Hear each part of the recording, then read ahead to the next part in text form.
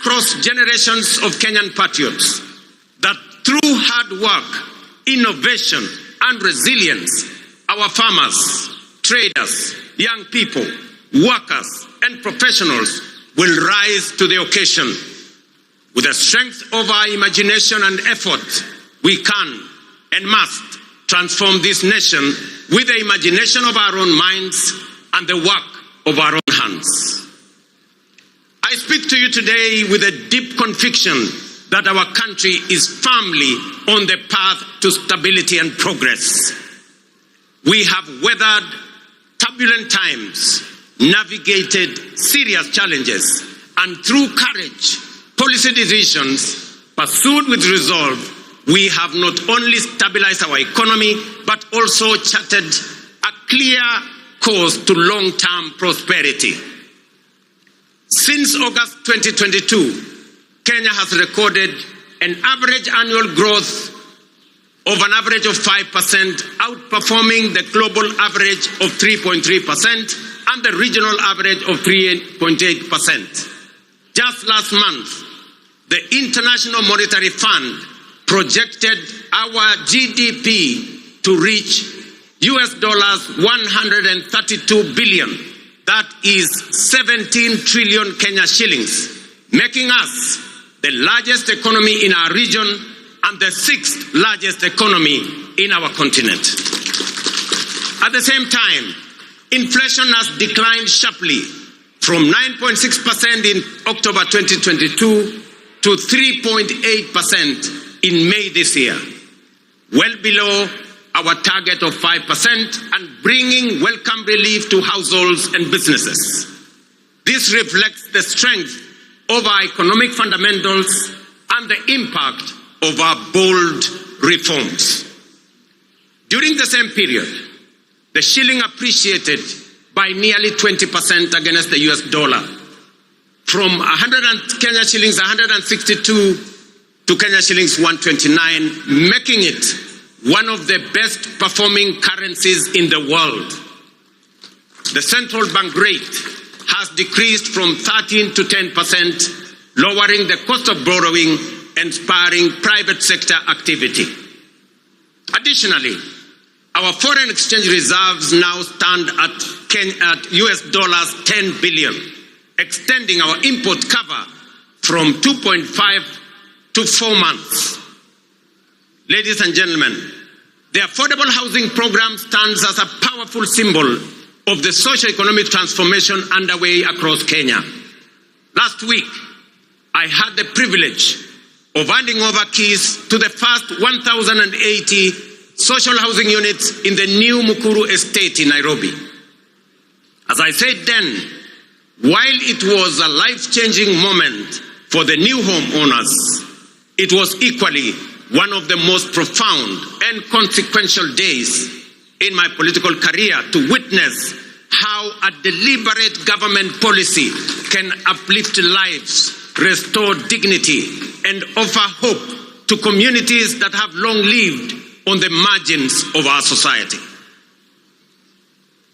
Vulnerable, forgotten, and neglected. It also marked a proud milestone for Kenya and demonstrated that ambitious national programs can be successfully implemented to deliver tangible benefits to ordinary citizens and fundamentally reshape our understanding of meaningful change. To see families move from the hardship of overcrowded slums to the relative comfort of permanent homes, complete with electricity, running water, and clean cooking gas, was a powerful reminder of what pro-people policies can deliver and the great things we can achieve together when we focus our thoughts and energy on possibilities and action rather than obstacles and doubt. A little over 2 years ago, many were skeptical when we said that ordinary Kenyans can begin owning homes through a rent-to-own model, using the same amount they pay in rent. Today, that bold promise is being fulfilled. We saw the joy of Cherusha Mudhoni, a mother of 3, grandmother of 4, and second-hand clothes trader from Mukuru kwa Ruben as she stepped into her new home. Here in Homa Bay County, the county of limitless opportunities, just 2 days ago, I had the pleasure of handing over keys to the first occupants of 110 affordable housing units at Boma Yangu Housing Estate right here in Homa Bay. Among the new proud homeowners, some of whom are with us here today, were Kennedy Otieno Odede, a border writer, Helen Atieno Osala, a mama samaki at the new modern fish market here in Homa Bay, Geoffrey Othiambo Nyasuda, a Jua Kali fabricator, and Vincent Ocheng Onyango, a security guard. The journeys of new homeowners like Cherusha Mudhoni in Mukuru, Kennedy Odede here in Homa Bay, and thousands of others across the country, from the dehumanizing squalor of informal settlements to the security and pride of permanent homes, stand as a powerful testament to the transformative promise of bottom-up empowerment. They prove that with vision and resolve, courage and conviction, we can lift even the most forgotten among us into lives of dignity, hope, and limitless possibility. Ladies and gentlemen, if you didn't understand what we meant by bottom-up, now you do. If you didn't believe, now you believe. And if you thought it was a fantasy, as contributors to the housing levy, you are now witnessing and making history that will be remembered for generations to come in the history of Kenya. We are firmly on course to delivering 150,000 housing units under the Affordable Housing Program, which have been under construction since September 2022, with 11,000 units already available for occupation.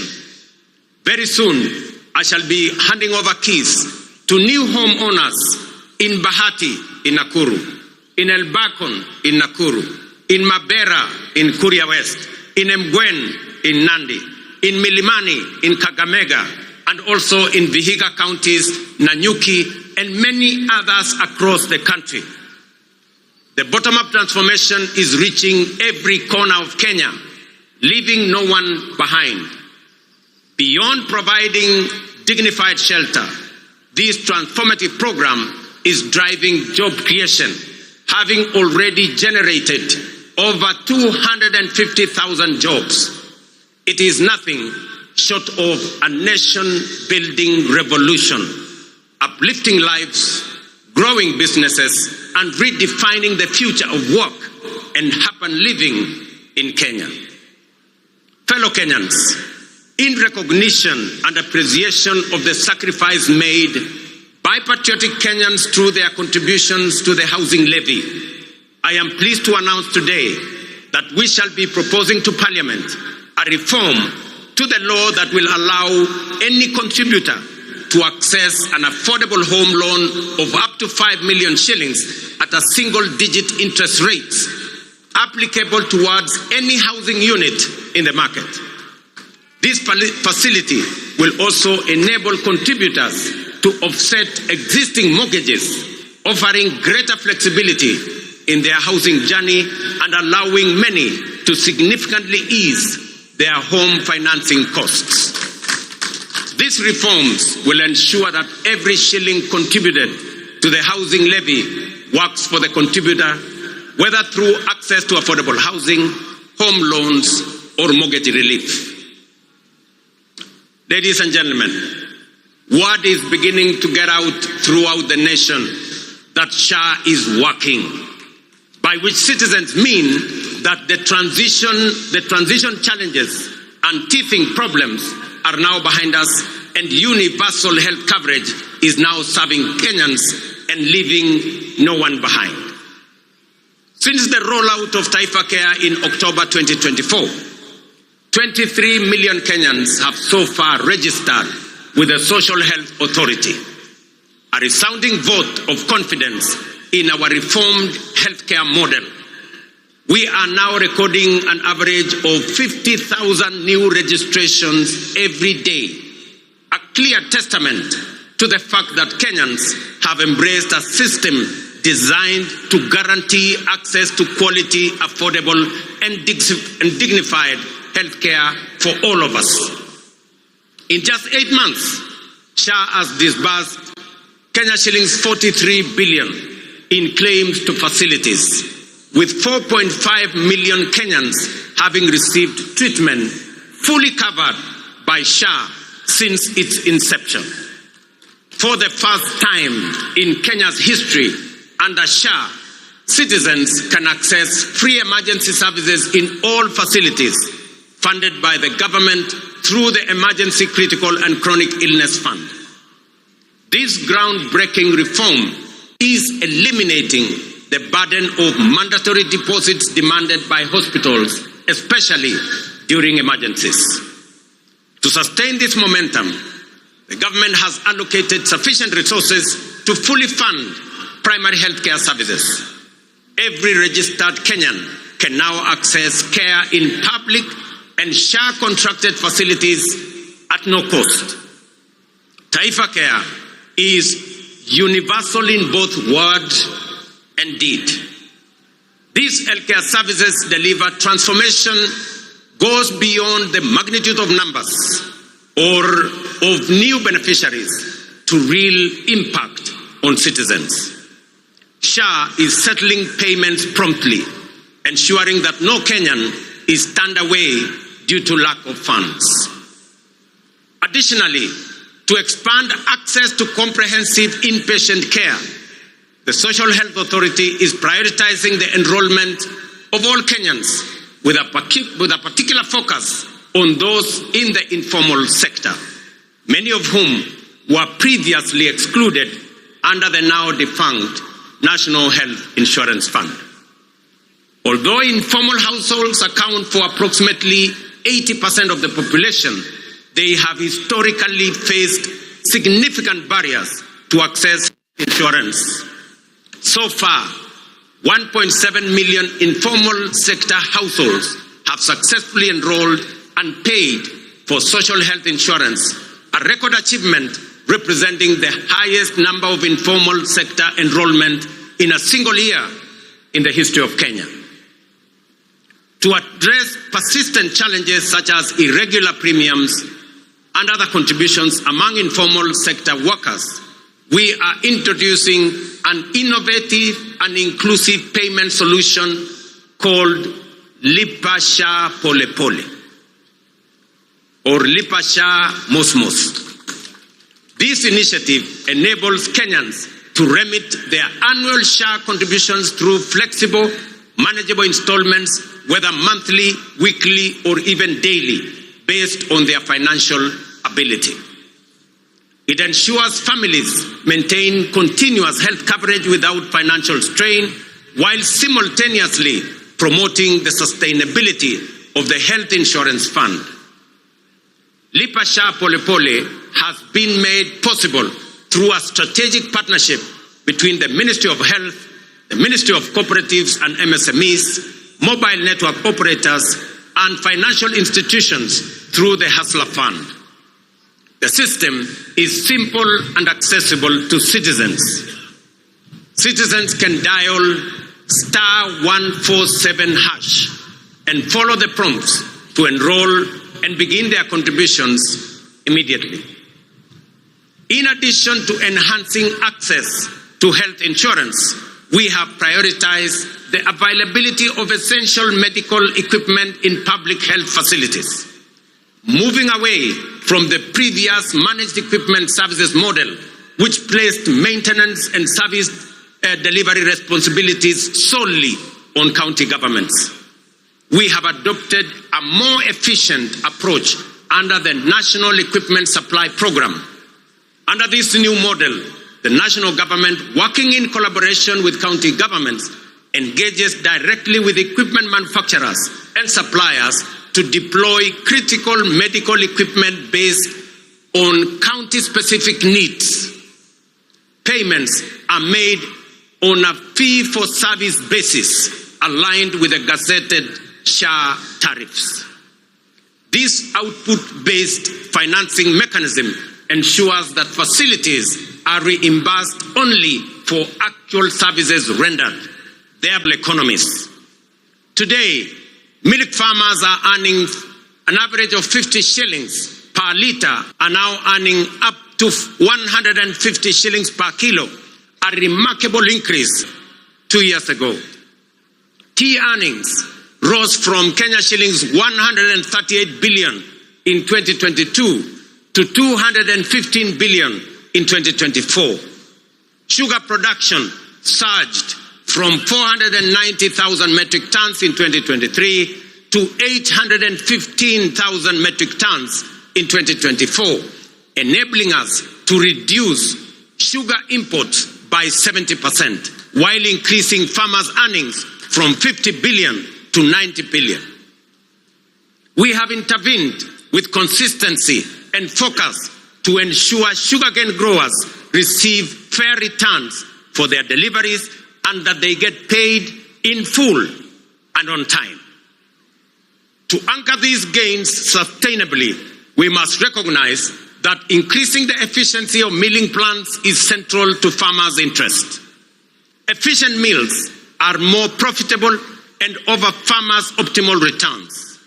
Conversely, outdated mills, some of which run on plants that are over 50 years old, recover only 1 ton of sugar from nearly 20 tons of cane, shortchanging our growers and robbing them of their sweat.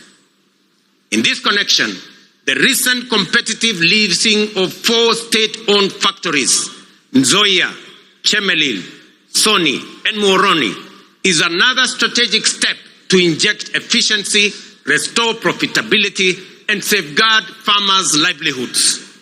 Our goal is to modernize the mills, ensure prompt payment to farmers, workers' salaries and wages, and transform these once struggling factories into productive and sustainable enterprises. For years, these factories were a financial burden on the exchequer, surviving only on repeated taxpayer-funded bailouts while failing to pay farmers and workers. The government of Kenya has acknowledged its limitation in managing these mills. Let it be clearly understood that neither the factories nor their assets, including land, have been sold. They remain public property, leased under strict terms to private sector players to deliver shared value and revive the industry for the benefit of farmers, workers, communities, the sector, and the nation. As we dedicate our efforts to nation building, we are also preparing Kenya to thrive in an increasingly competitive, complex future. This requires equipping our learners with the knowledge, skills, and mindset necessary to seize opportunities and contribute meaningfully to national development. Guided by bold recommendations from the Presidential Working Party on Education Reform, we are undertaking the most transformational shift of our education system in over 6 decades. We have successfully transitioned to a competence-based education system, moving away from rote learning towards a dynamic, skills-based approach aligned with the 21st century needs and our socio-economic goals. Our next priority is to ensure every school has infrastructure and equipment needed to support both learners and teachers. To support this transition,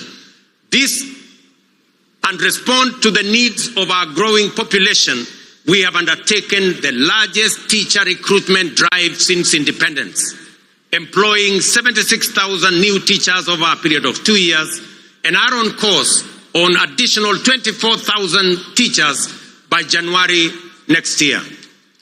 We also have built more than 23,000 additional classrooms, easing pressure on existing infrastructure and shielding teachers and learners from the burden of overcrowded classrooms. At the tertiary level, we have revolutionized education financing through a new student-centered funding model that ensures the sustainability of our TVETs and universities while expanding access for learners. Today, students from poor families get up to 90% of government scholarships, with parents paying only a nominal fee. In recognition of the transformative power of technical and vocational education and training, in tackling pressing socioeconomic challenges such as youth unemployment, skills gaps, and poverty, the government is aggressively scaling up investment in technical training. TVET colleges enrollment is set to grow fourfold from 500,000 last year to 2 million by the end of this year, equipping a new generation with skills and knowledge needed to drive Kenya's industrialization, innovation, and economic competitiveness. Ladies and gentlemen, to further empower ordinary Kenyans and small businesses with affordable credit, the Hustler Fund has supported over 25 million borrowers, disbursed 70 billion, and mobilized 4.5 billion in savings. It has also introduced a revolutionary credit rating system that is transforming access to finance for millions who were previously excluded from the formal financial system. The Hustler Fund credit rating system is designed to offer fair and transparent assessment of creditworthiness. It serves as an alternative form of soft collateral for individuals at the base of our economy, the historically excluded majority who lack access to formal financing guarantees such as payslips, title deeds, or other traditional forms of collateral. To date, over 4.5 million beneficiaries with strong credit scores have been qualified for increased loan limits. Notably, 400,000 of them are now eligible for loans of up to 150,000 without any other collateral except their credit score, bringing them into direct engagement with commercial banks. This effectively integrates them into the mainstream financial system, unlocking greater economic opportunities for them. As part of this financial empowerment program for those at the base of our economy, I am pleased to announce that in recognition of the immense potential of our young people, their critical role in the economy, and their capacity for creativity and innovation, the government of Kenya has partnered with the World Bank to roll out the 20 billion National Youth Opportunity Towards Advancement Project, commonly known as NYOTA. This initiative aims to empower over 800,000 young people aged between the ages of 18 and 29 years, and up to 35 years for those with disabilities, by enhancing their employability through skills, training, on-the-job experience, recognition of prior learning, and entrepreneurial development, and the promotion of a savings culture. The NYOTA project leverages the Hustler Fund platform and has already attracted over 1 million applicants for its business support component. This initiative targets at least 70 young people in every ward across Kenya, offering grant funding, business training, and market linkages. We have committed 5 billion Kenya shillings in grants to support 100,000 young people. Each will receive Kenya 50 shillings grant in seed capital to start their entrepreneurial journey by August this year. I am equally pleased to report to the nation that effective this week, we will commence the nationwide rollout of Climate Works, a bold and ambitious initiative aimed at engaging over 110,000 young people across the 47 counties in meaningful work that strengthens their nation's resilience, beginning with informal settlements. Launched last year in Nairobi, the program has recorded significant success and is now being expanded to the remaining 46 counties. Structured as a social protection program, Climate Works will engage youth to deliver vital public goods, including the construction of roads, the planting of trees, and the improvement of environmental sanitation within their localities. Through Climate Works, we are not just offering a paycheck for today. We are providing financial relief and a bridge to future opportunities, enabling young people to pursue their next steps, whether in launching a business, furthering their education, or stepping into long-term employment. So vijana wa Homa Bay, mujipange kuanzia next week. Ile ilikuwa inaitwa kazi mtaani, sasa itaanza Kenya mzima, na vijana 110,000 watapata nafasi ya kushiriki katika kazi hiyo.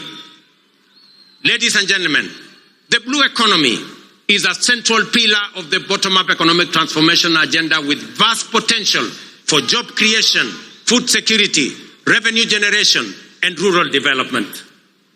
Many nations have leveraged their marine resources for prosperity. It is time for Kenya to do the same. That is why this Madaraka, themed around the blue economy and maritime affairs, is being marked here in Homa Bay, the bay of endless opportunities. When we speak of unutilized opportunities and untapped potential in the blue economy, Homa Bay in many ways mirrors the promise of Kenya itself. Kenya has the capacity to become a maritime powerhouse. It is time to act, time to do something bold, ambitious, and transformative with this opportunity.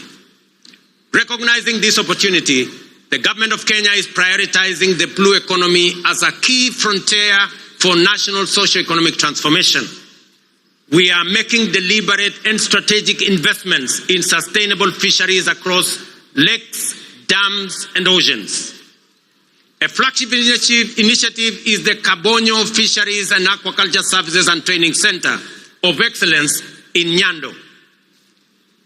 Once operational, it will produce 7 million fingerlings quarterly to restock Lake Victoria and drive research, training, and innovation.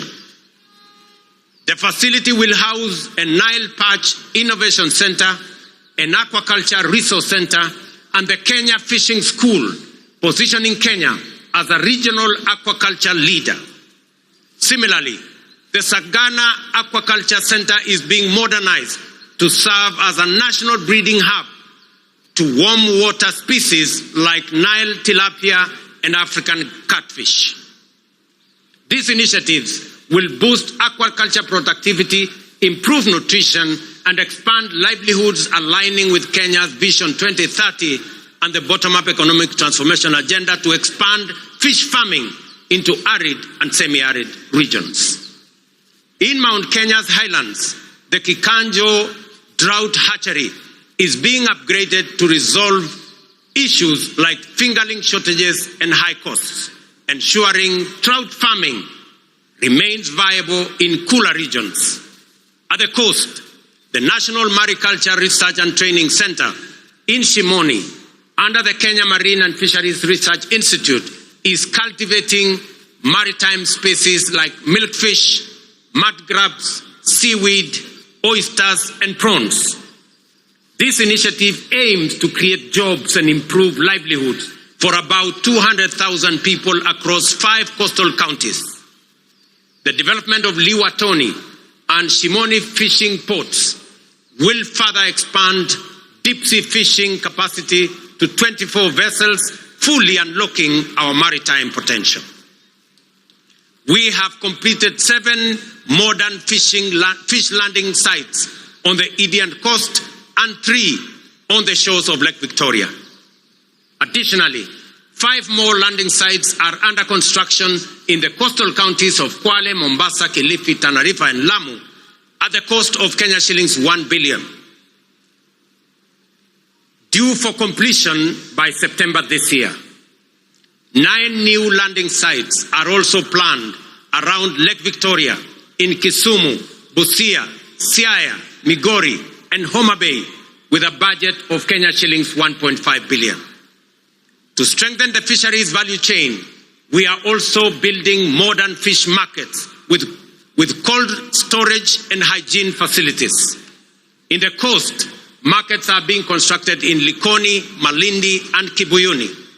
In Turkana, we are developing markets in Kalokol and Lowerangak, alongside fully equipped landing sites in Kalokol and Loyangalani. Collectively, these investments aim to cut post-harvest fish losses, currently estimated at between 30 and 40%, and create new economic opportunities for women and young people.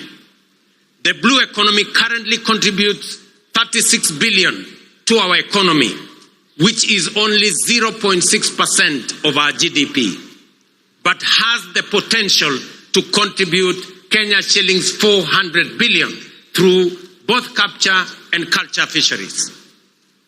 To meet this rising demand and ease pressure on wild stocks, we are promoting cage farming in Lake Victoria.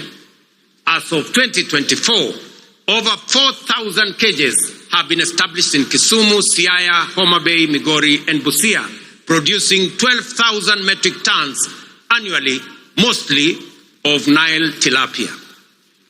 Ladies and gentlemen, over the past 2.5 years, we have constructed 1,800 kilometers of new tarmac roads and maintained over 134,000 kilometers, surpassing our targets, unlocking markets, empowering rural communities, and supporting key sectors such as agriculture and housing. Discussions have been concluded on the extension of the standard gauge railway from Naivasha to Kisumu and onward to Malaba. Additionally, by July this year, construction will commence on the dual carriageway from Rironi to Mau Summit, eventually extending through Eldoret to Malaba. Ladies and gentlemen, as we often say here in Kenya, any time is tea or coffee time, which explains why instant coffee is a favorite for many. Yet we must all agree that while instant coffee is good, there are no instant solutions to the enduring and demanding tasks of nation building.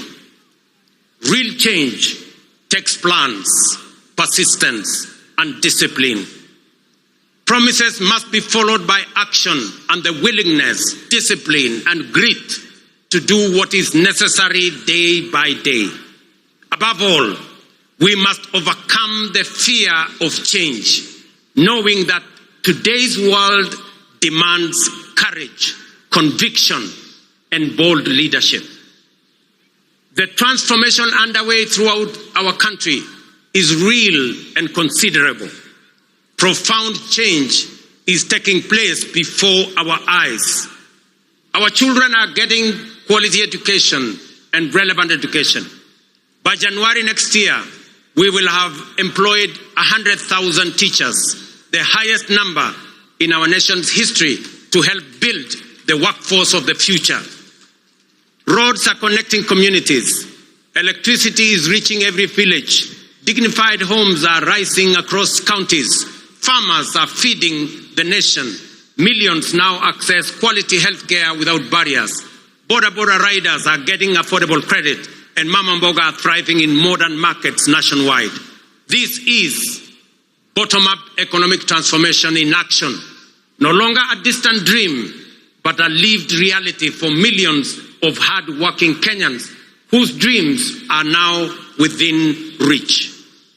We must sustain this momentum to make up for lost time and create opportunities for millions still yearning for a chance. We must remain steadfast in our belief in Kenya's potential and in our ability to realize our dreams.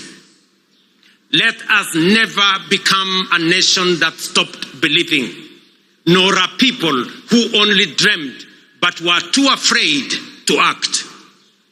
Let us move forward with the same spirit, honoring the vision of our founding fathers. Their dream was not just self-rule, but a nation where every Kenyan from every corner can dream freely, strive equally, and achieve their potential. Today, we renew that promise to leave no one behind and build a Kenya where hope and opportunity are a right for all. Jameni, munikubalie nimalizie hapo nikiwaambia ndugu zangu wa Homa Bay, asanteni sana kwa kutukaribisha Homa Bay. Tunawaheshimu, tunawapenda, na mimi nataka niwahakikishie safari hii tutatembea kwa pamoja. Nataka nimshukuru ndugu yangu mkubwa Mheshimiwa Raila Odinga aka Baba kwa kuunganisha pamoja na mimi taifa letu la Kenya. Tuondoe siasa ya chuki na ukabila na mambo ya kisirani. Tuwaweke watu wa Kenya pamoja kwa sababu umoja ni nguvu. Ndio mwimbaji mmoja hapa akatuambia, one waonge wasiwasi, one waonge watch, one wachodho mana teach. Alisema hakusema? Nirudie. One waonge wasiwasi, one waonge watch, one wachodho mana teach. Kwa Mheshimiwa Kindiki na Mheshimiwa Raila pengine hamuelewi hiyo lugha, inamaanisha hatuna wasiwasi, hatuna midomo mingi, tunachapa kazi. Ile kazi bila break ndio tunachapa. Ni kweli ama si kweli, watu wa Homa Bay? Tuendelee ama tuendelee? Mimi nasema asante sana. I thank you all. God bless you. God bless our great country Kenya. Thank you very much. Asanteni kwa heshima. Naomba sote tusimame kwa wimbo wa taifa na wimbo wa Jumuiya ya Afrika Mashariki. Waliovalia vyepeo visio rasmi tuweze kuzivua tafadhali.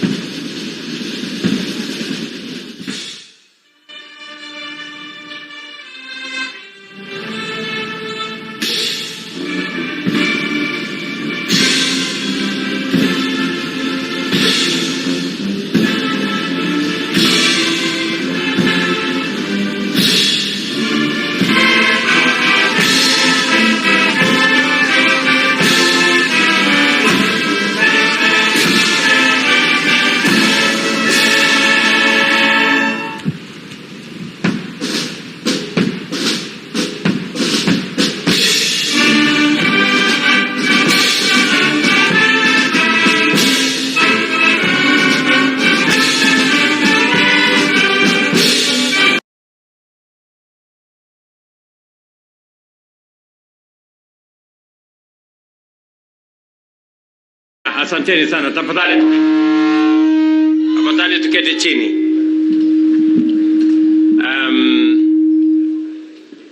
My sister Governor Gladys Wanga, the Governor of Homa Bay, ministers present, Ambassador Wickman, governors who are present here, na watu wote wa Homa Bay, hamjambo. Amoso ujadurua. Jadurua untie. Jadurua umor. Bwana Yesu asifiwe. Nyasaye ber. Sejete. Asante sana. I am delighted to join you all at this very special, highly appropriate and impressively organized event, which is inspired by the necessity to transform devolution beyond governance and sharing of resources into public service, the incubation of opportunity, facilitation of radical economic revival, and the enabling of prosperity at the grassroots. I want to confirm that seeing the theme of this investment conference, unlocking the bay of endless potential. That we will not only be talking about endless potential, we will move potential to opportunity, and we will move opportunity to investment. Under the bottom-up economic transformation agenda, the government of Kenya is committed to play its designated role in order to strengthen devolution as a fundamental constitutional mandate, but also because devolved units bring numerous opportunities for rapid economic growth into sharp focus. Further, our value chain approach to implementing better relies on strategic interventions to enhance or unlock productivity in sectors and industries at every county. In fact, the strategic pillars of better situate counties as focal points of implementation, making them centers of action in our quest to transform the opportunity landscape in our country. As we have noted, our achievements so far bear clear imprint of intergovernmental collaboration. Since 2022, we have empowered farmers to increase food crop yields, as a result of which we have recorded successive bumper harvests, taking us closer to our vision of eradicating hunger in our country. And I was very pleased when I went through the displays here that I saw farmers who are displaying what they have done in the space that we have worked with the counties, especially on the distribution of fertilizer, good seeds, and Homa Bay County has been a great partner in food production in Kenya. In fact, I noticed that on display was unga, 2 kilos at 150. And I remember showing Kaluma so that he stops making noise at me about the cost of living. If there is a display of what government, county and national are doing with farmers on food security, we saw it firsthand here in Homa Bay, that farmers are doing something about food security in Kenya. Our community health promoters, young Kenyans who have transformed healthcare throughout our country, are county-based healthcare servants of the people. And I was very proud to talk to one of the community health promoters here in Homa Bay County on what they are doing to transform our villages, especially on the subject of health. I am very happy that we are closing in. I think we are in the final stages of the public participation on the regulations that will operationalize our universal health coverage. And I want to thank members of parliament for being unanimous in making sure that the pieces of legislation went through parliament so that we can move our country to the next level on matters healthcare. And no citizen should sell their property anymore to pay for hospital bills. That we will have a framework that will ensure that every citizen can access health at every level and without having to belabor how to pay for it. Similarly, our affordable housing agenda has received a decisive impetus by the entry of county governments into partnership and collaboration. And if there is an example of a county where we have excellent collaboration between the national and county government on matters housing, it is Homa Bay County. This is one of the counties I came very early on last year to launch the construction of affordable housing. I am very happy that we are now discussing windows, and shortly we will be handing over keys to occupants of affordable housing in Homa Bay County. Let me also say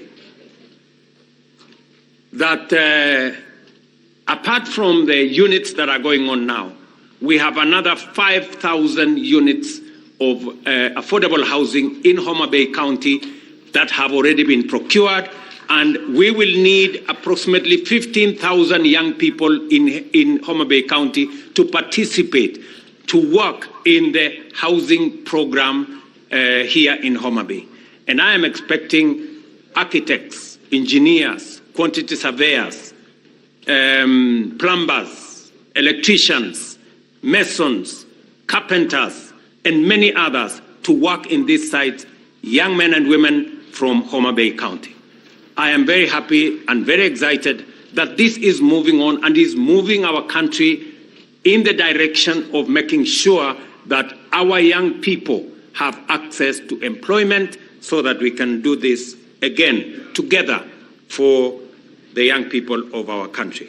The digital economy agenda, likewise, has made the counties, sub-counties, and now wards the arena of innovation, job creation, and potential business processing outsourcing by virtue of the last mile fiber connectivity and the development of ICT hubs.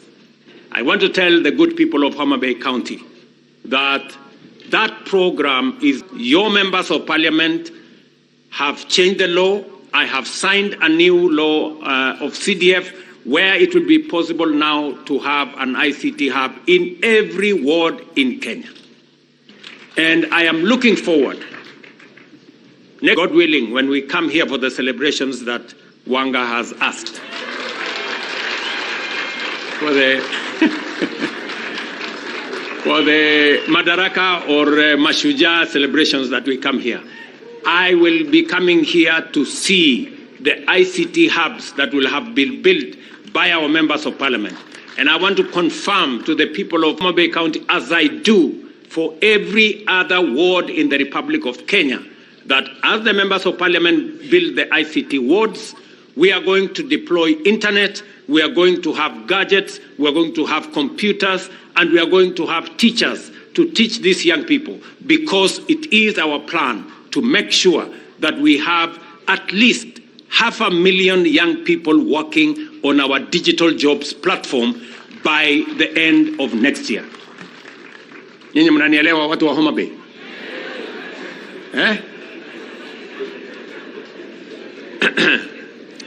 Na mimi nashukuru kwa sababu wabunge wetu wako hapa. Unajua nimekuja Homa Bay mara nyingi, lakini wamekuwa wakinihepa. Lakini leo nimewapata. Si ndio? Na nilikuwa nashangaa sasa hii Homa Bay, mimi nimekuja tukafanya mambo ya soko hapa. Mimi nikakuja tena, nikakuja mambo ya paya, nikawaambia tutajenga paya. Nikakuja nikawaambia tutajenga fish market. Si ni kweli? Nikakuja nikawaambia tutafanya affordable housing. Na hiyo mambo yote inaendelea ama haiendelei? Ilikuwa ni story ama ni ukweli? Si mambo iko hapa inaendelea? Yule mwenye macho aambiwi tazama ama namna gani? So mimi nataka niwaulize viongozi wetu. Nafasi ya siasa tulikamilisha. Nafasi iliyoko sasa ni sisi kama viongozi tuungane, tushirikiane, ndio tufanye kazi ile tuliwaahidi hawa wananchi. Na mimi vile nilisema pale mbeleni, mimi niko tayari kushirikiana na viongozi wote ambao wako tayari tufanye kazi ya wananchi. Na hiyo kazi tutashirikiana. Mimi nawaomba waheshimiwa, kwa sababu sasa tumepitisha sheria mpya ya CDF. Mtakuwa sasa na pesa ya kujenga ICT hub. Nia yangu ni kuhakikisha kwamba vijana 200-300 kila ward hapa Homa Bay na Kenya mzima watakuwa na kazi baada ya miezi 6 mkimaliza hizo ICT hubs. Tunaelewana jameni? With increased activity in many agro-industrial value chains. And let me say this because it is important for Homa Bay. Homa Bay is among the 3 counties in Kenya that have applied for a special economic zone license at the county level. And I want to congratulate my dear sister Gladys Wanga for being among the 3 governors who have given us land. We have gazetted And I would be very happy and very proud today to hand over the license, and also that we are going to have an operator's license by Victory Farms to begin to operationalize that facility. We are not only doing that in Homa Bay County. We have another 6 special economic zones across Kenya. We are deploying the first 3 billion shillings to build those 6. We are going to work with Homa Bay County also on the special economic zone here in Ndiwa. Sinamna hiyo? Karachuonyo, hapa Karachuonyo. Sawa sawa. So that particular special economic zone, she has requested that she wants electricity. I will make sure that in the next 2 weeks there will be electricity. Na hiyo maneno ingine amesema yeye atafanya. Sinamna hiyo? Na ile ameniambia nifanye, mimi nitafanya. Raymond Omolo yuko hapa, atahakikisha hiyo kazi imefanyika. Tunaelewana? Because we want to do this together. And let me tell you, the good news is that of the 3 special economic zones issued to counties, 2 of them are for counties where women are governors. And a friend of mine who is seated here, in fact, Kimani Ichung'wah, has told me we should seriously consider making this seat of governors a women's seat. Maybe women can do a better job. I don't know how I don't know how constitutional that is. But Madam Anne Waiguru has requested for less. She has said they only want 30%. I think the men were willing to consider the whole governance. But since you have asked for 30%, we will go for 30%.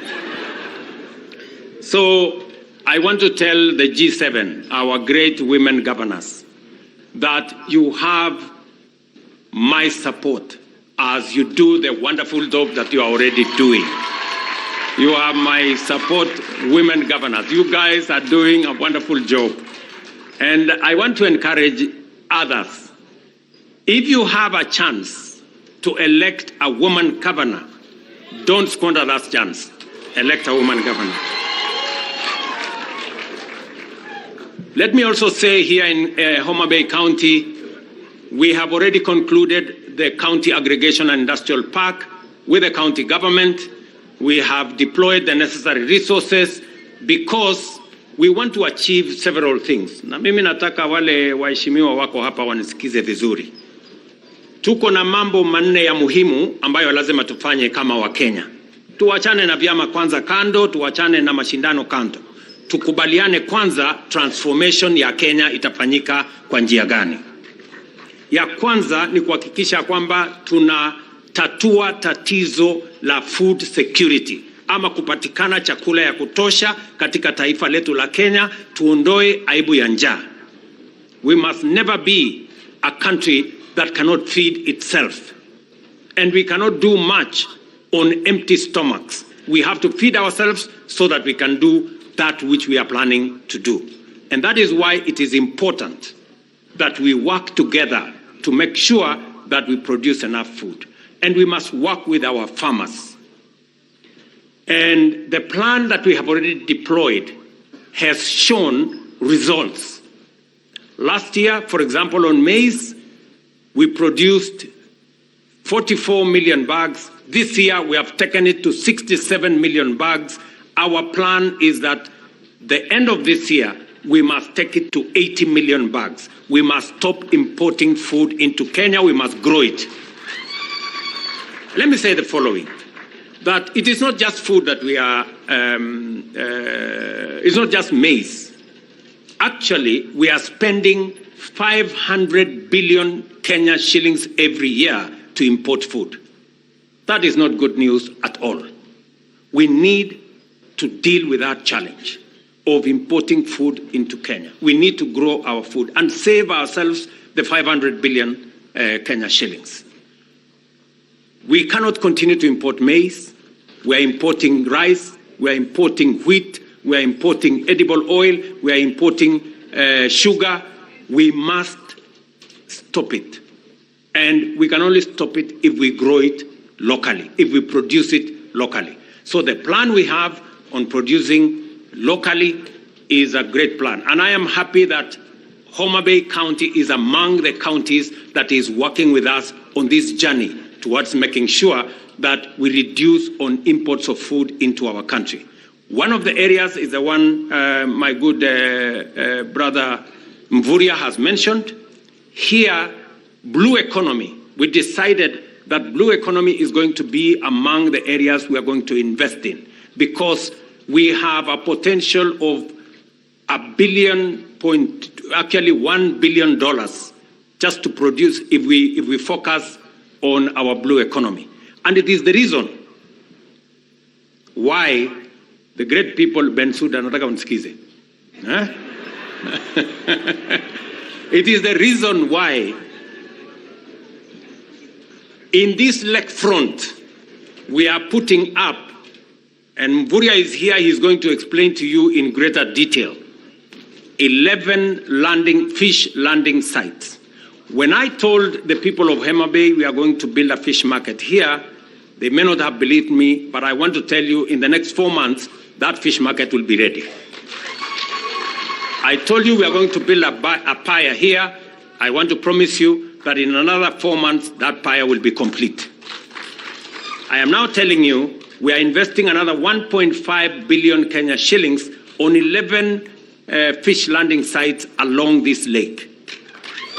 We are going to build a fish landing site at Nyandiwa, down the road. You know where Nyandiwa is. We are going to build another one in Wakula. You know where Wakula is. We are going to build another one is Mainuga. You know where that is. That is just in Homa Bay. And then in the rest of the other 5 counties at the lake. And it is because we identify the blue economy as a source of food, as a source of helping us to reduce the importation of food into Kenya. I also want to say that last year we imported 500 metric tons of sunflower seed. I am very happy that Homa Bay County was among the counties that are working with us on seed multiplication. I have instructed Calro to set up a seed multiplication facility on 500 acres here in Homa Bay County, so that Homa Bay County begin to contribute to the seed production in Kenya. Our plan is that this year, watu wa Homa Bay mnanisikia? This year, we want to put 200,000 acres under sunflower this year, and we want Homa Bay to be front and center as we go in that direction. I am very happy that an MOU is going to be signed tomorrow between the counties of Homa Bay and Migori on matters palm oil. Again, in that space, that is the trajectory we are looking at, because we are spending $1 billion, almost 140 billion shillings importing edible oil in Kenya. I want to promise you that our plan is that in 5 years, we will not be importing edible oil to Kenya. We will be producing it here, from palm oil to canola, to soya, to sunflower. We have a comprehensive plan, and the secretariat in my office is working with counties to make sure that this is achieved. And my staff from that secretariat, I'm sure they are in this forum. Kuna watu wa kutoka pets from here? Yes, they are here, and they are going to have a conversation with the county, because we have been working with them to make sure that every county participates, especially those counties that have the kind of potential we are looking at. I want to commend Homa Bay County for emerging as a determined fast mover in many of these partnerships. This has enabled the county to showcase to the nation, region, and the world the first opportunities awaiting investment in order to create thousands of jobs and create billions of shillings in money and wealth. Apart from demonstrating the effective leadership can transcend the politics of the day, Homa Bay has opened the eyes of our nation to the splendor and bounty that Homa Bay is endowed with. This investment conference now is in its second year and has defined these endowments into attractive investments in diverse value chains, from tourism and hospitality, the blue economy, several competitive agro-industrial subsectors, as well as housing and ICT. It is true that, as suggested by the theme of this year's conference, the opportunities in Homa Bay County are not just limitless, they are also endless. So, tuendelee na hiyo kazi kabisa. From the meticulous showcasing of bankable investment opportunities in a broad range of value chains to the evident surge in industrial and economic activity throughout the country, as well as the international engagement with partners at all levels of the public and private sector, locally and abroad, Homa Bay is taking undeniable and unstoppable steps to emerge as our nation's and region's center of vigorous economic activity. And I want to commend the people of the county of Homa Bay. You won the Hustler Cup this year. Was it last year? The end of last year. You have demonstrated that you love your county. And I want to ask the people of Homa Bay County, support your government, support the county government of Homa Bay. I am very happy that Gladys is walking in the steps of true leadership. She found revenue to this county at 195, she just told me, 195 million shillings. She has pushed that revenue last year to 650 million. She tells me she's already passed 600 million and she's targeting 1 billion shillings this year. Because she knows without revenue, without collecting revenue, she cannot achieve the targets that Homa Bay County and the aspirations of the people of Homa Bay County want out of her. So it is also important for us as a nation to know that we cannot grow our country through accumulation of debt. We are going to grow our country by raising our revenues the way Homa Bay County is doing.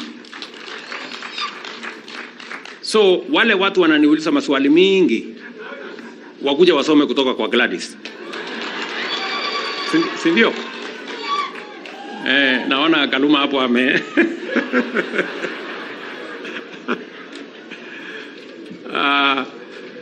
I commend the county government of Homa Bay under the leadership of Governor Wanga and her team for the good work that is being done and for successfully hosting this conference.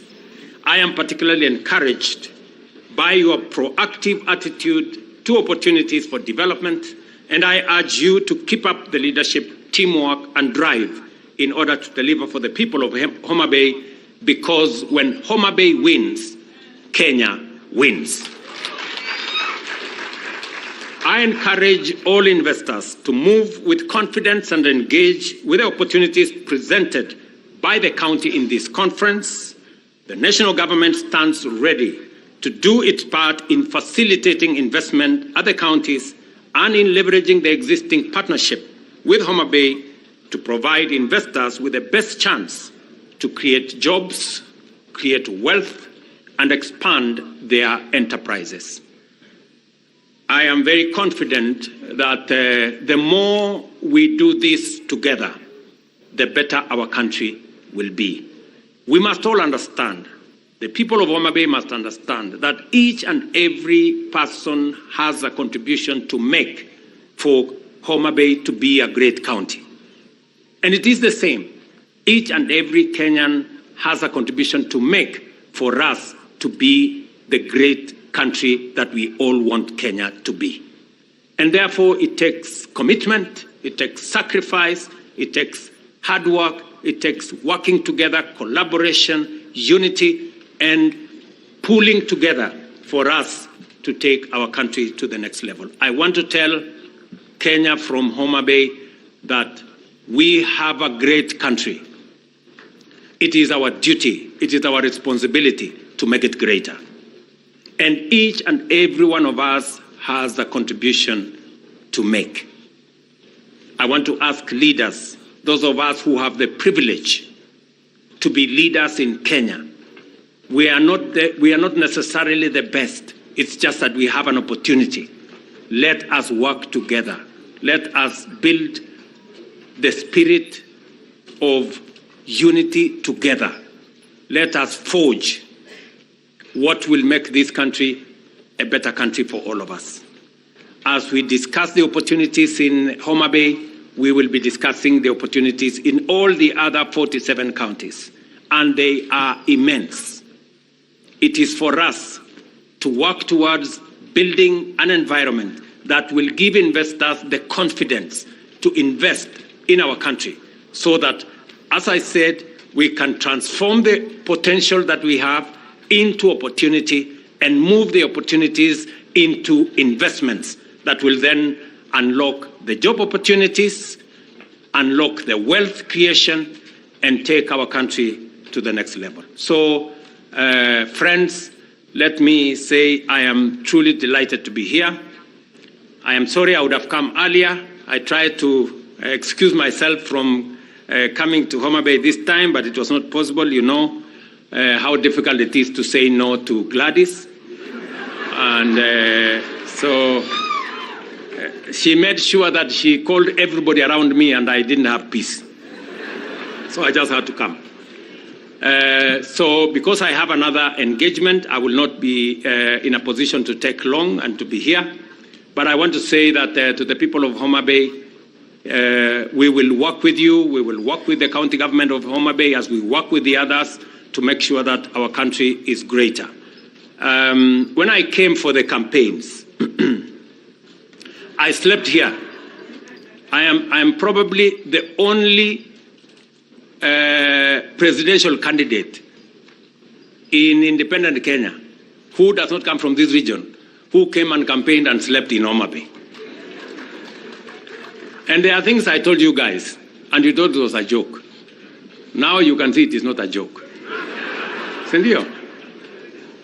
Niliwaambia tutapanga maneno kabisa na hakuna mtu atakuwa loser kwa hii kitu. Tutapanga ndio kila mtu apate kasehemu kidogo ndio tuende mbele. Sindio? Si nilisema pale kwa soko. Hamuku niamini siku hiyo, lakini sasa maneno inaendelea namna hiyo. So na tunaomba Mungu ikae namna hiyo. Because I remember very well, I told you that time that we want to unify the country. We want to work together towards the unity of Kenya. And that is important to all of us, you know, and there is space for all of us in Kenya. You do not win by making others lose. We want a win-win outcome for all of us. We all want to be winners because those in the opposition must mean well for Kenya. Those in government must mean well for Kenya. But there are no citizens who are in the opposition or Kenyans who are in the other side. It is only these leaders who have a job to do something in parliament. But all Kenyans are on the same side. We belong to one nation and we have one goal to make Kenya a great country that we can bequeath to our children who will come after us. So watu wa Homa Bay, asanteni sana. Mimi nimefurahi kufika hapa. Mutanisamehe sitakuwa na nyinyi muda mrefu, lakini vile tumekubaliana tutakuja hapa mwaka ujao kwa mambo ya mashujaa, alafu hiyo mambo ingine tutasema wakati huo. So asanteni sana. Mungu awabariki, tunawapenda sana na tutarudi wakati huo mwingine. Thank you very much and God bless you. Tumpongeze Rais tafadhali. And the other manenos we will talk in another forum.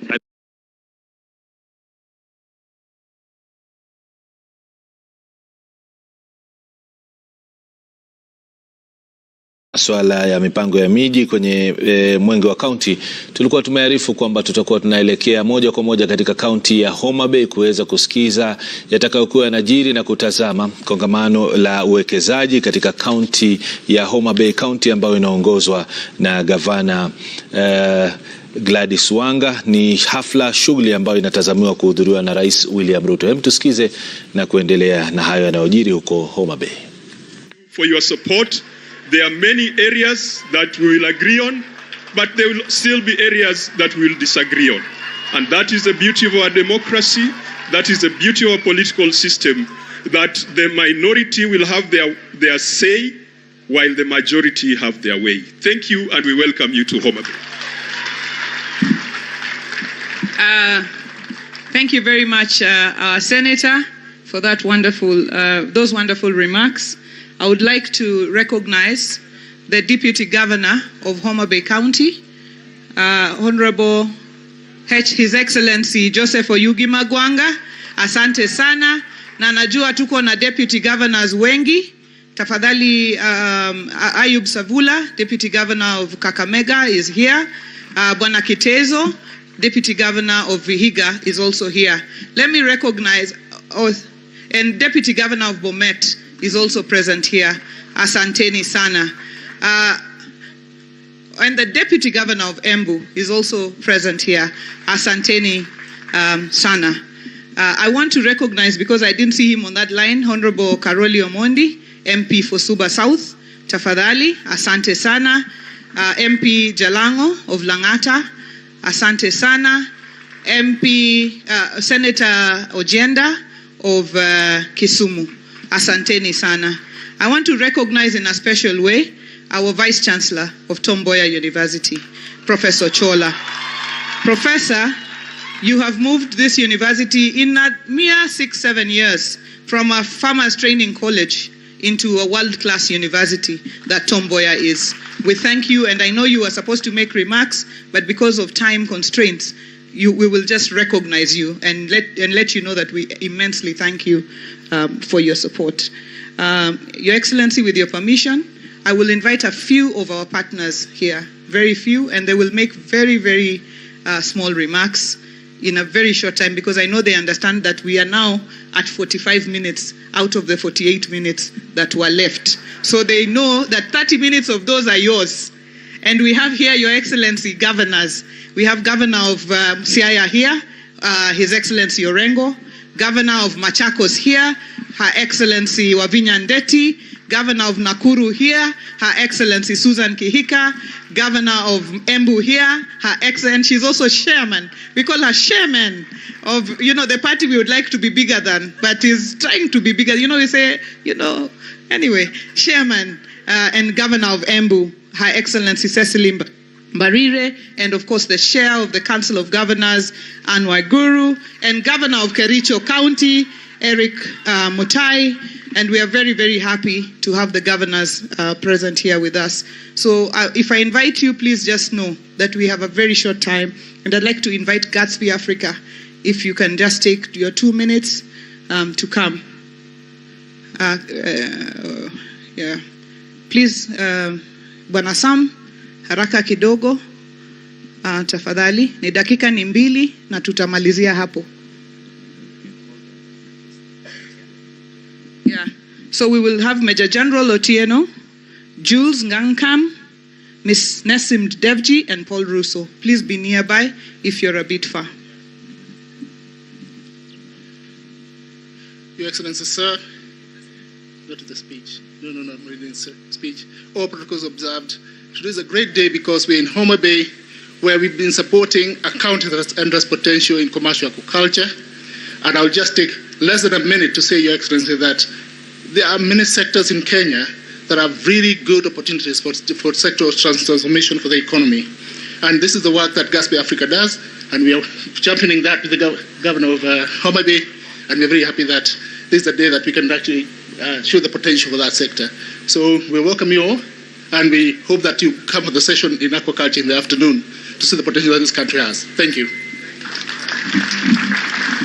Thank you very much. Gatsby, Your Excellency, has done a spatial mapping of the lake.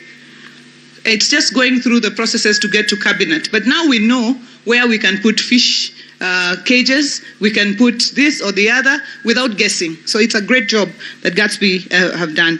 Let me invite Major General. Please, you have 2 minutes. This is Shipyard. Karibuni, you are one of our biggest partners here.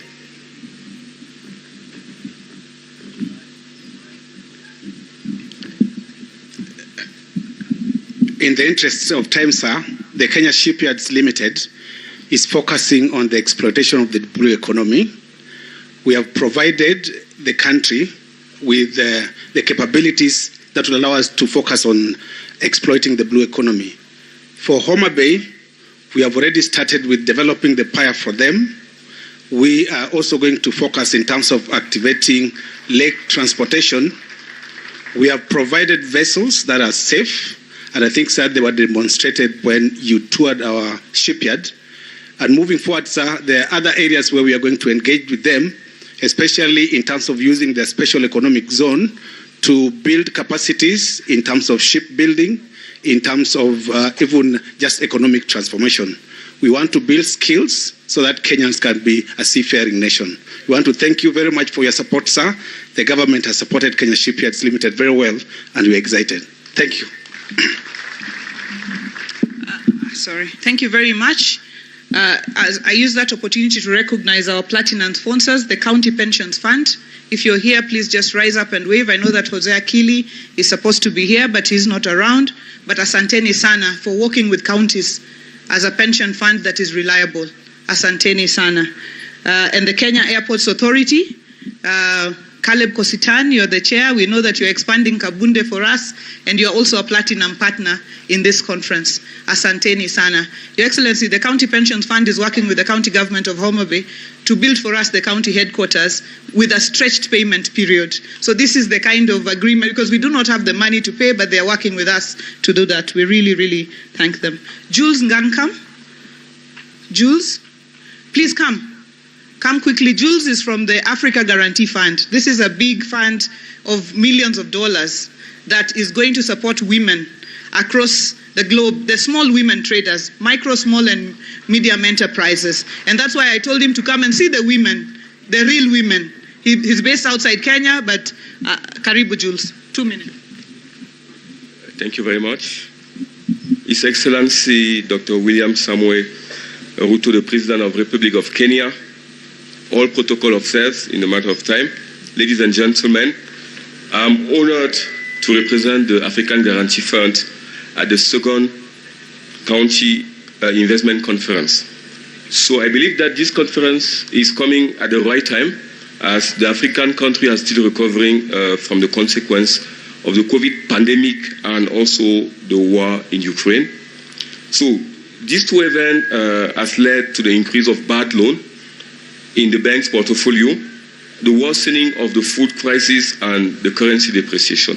So when we talk about the currency depreciation, it's not just a Kenyan challenge. I was in Nigeria last week. 1 year ago, the naira was $400 to $1, and today is 1,600. So it has depreciated 4 times. When you take the case of Ghana, the Ghanaian cedi went from 5 cedi to $1 to 15, 3 times. You also take the case of the Egyptian pound in North Africa. So the pound in Egypt went from 15 to 30, so 2 times. So I think we need to commend the government of Kenya for all the measures that they have been able to put in place, to sustain the currency.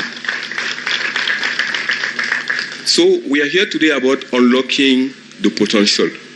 How do we unlock that potential? And this is the role of the African Guarantee Fund, to be able to work together with the SMEs. And what we have been able to do so far is that over the last few years, we have unlocked $1 billion of loans to the SME in Kenya. So we currently work in 45 countries in Africa, where we've been able to unlock $5 billion of loans. So we are very happy to be here, and we would like to work with all the countries in Kenya, but we do believe that we need to start with the country of Homa Bay, where there is a lot of potential, and we really need to all come together, the private sector, the public sector, the financial sector, to unlock the potential.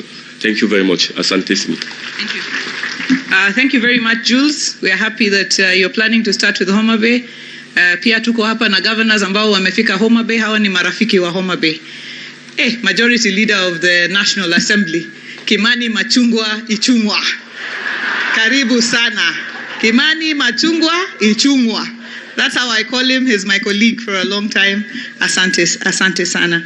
Let me now invite Ms. Nasim Devji, who is the CEO of Diamond Trust Bank.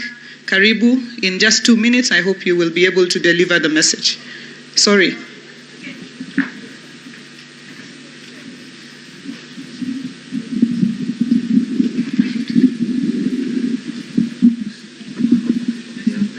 Two minutes. Your Excellency, President of Republic of Kenya, William Samoei Ruto, all dignitaries, protocols observed. Jo Homa Bay, Amosu. Jo Homa Bay, Amosu.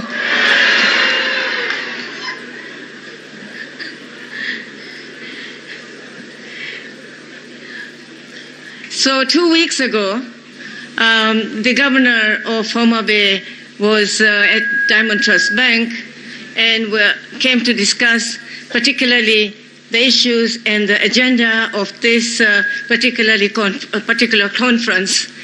I was really impressed with this lady's energy, impressed with her courage, impressed with her strength. And I said to her, how can we help you? Is that right?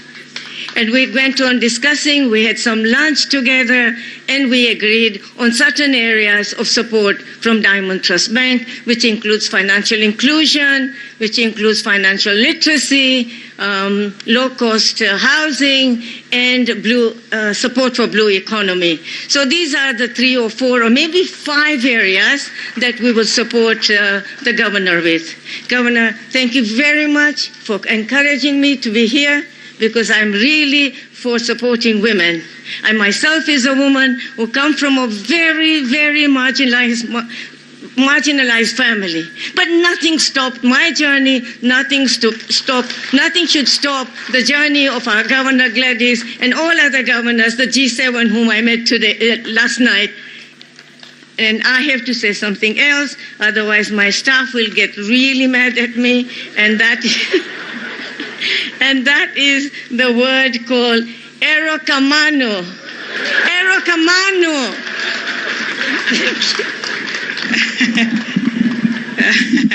Thank you very much, Nasim. And I know your staff would be very upset because a large number of your senior staff are actually from Homa Bay. So we thank you for that partnership. I want to now welcome Paul Russo, Group CEO of KCB, who are also our great partners, in 2 minutes.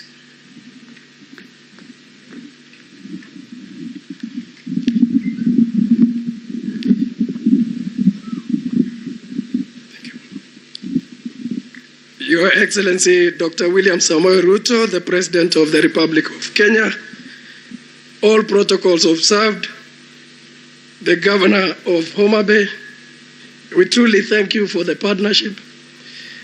I think if I was to speak about KCB and financing, I'll waste a lot of time. But I think, Your Excellency, I want to say we're partnering with counties on 4 primary areas. One is the financing and all related financing conversations. But the second is on human capital, bringing our expertise to support counties to achieve their objective.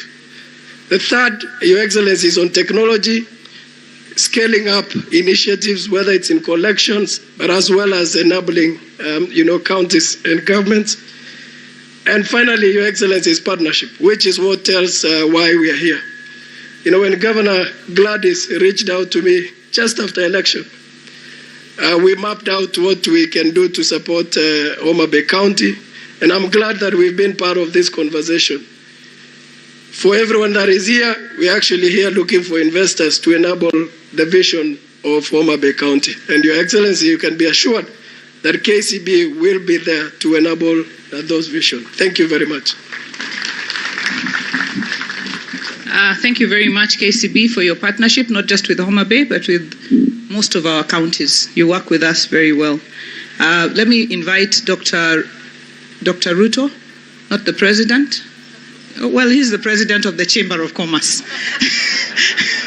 Dr. Eric Ruto, who's the president of the Chamber of Commerce. As he comes, allow me to recognize the CEO of the Council of Governors, Mary Mwiti. COG has worked hand in hand with us to make this conference a success. Asante sana.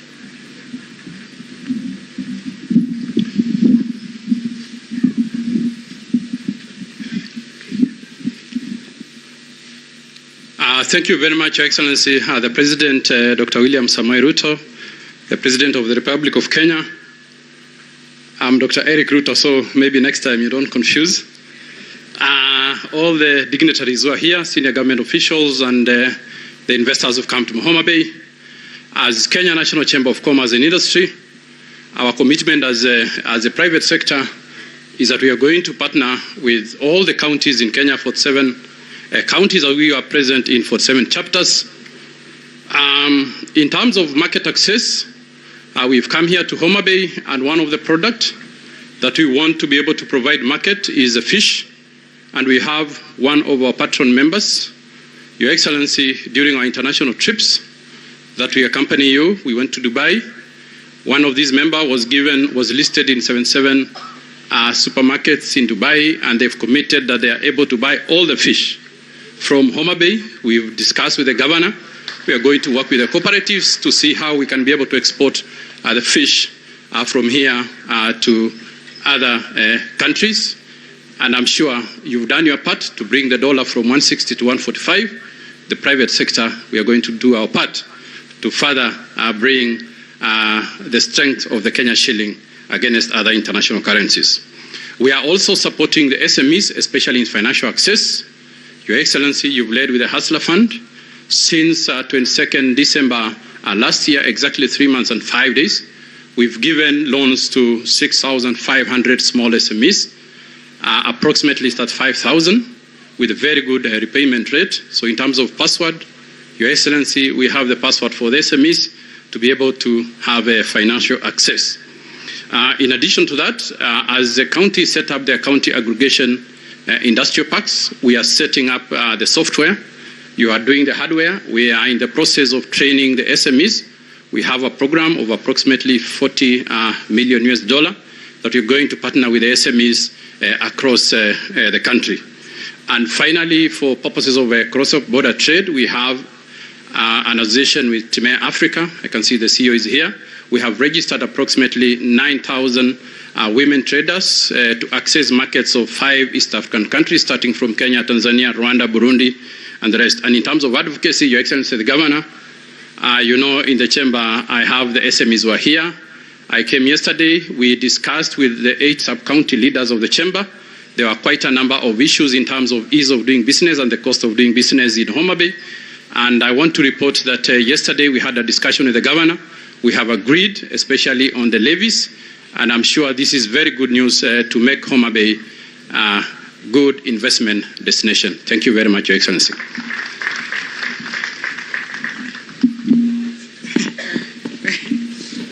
Eric is very tall. Thank you, Eric, for those remarks. Allow me, Your Excellency, to recognize. I know that the Principal Secretary for Investment was lined up to speak. I've been advised that I will recognize you. I know that your CS is not there, but I will recognize you at this point. That is the advice that I have gotten. So, PS Abubakar, please just rise. Or did you want to just say in a minute? Okay, thank you very much. I also like to recognize the PS for Devolution, Teresia. Asante sana for making time to come. And I know that we also have PS for Tourism, Bwana Ololtua. Asante sana for making time to come. At this juncture, allow me to invite to the stage the Chair of the Council of Governors to make her remarks. Karibu sana, Chair. Makofi kwa Chair, tafadhali.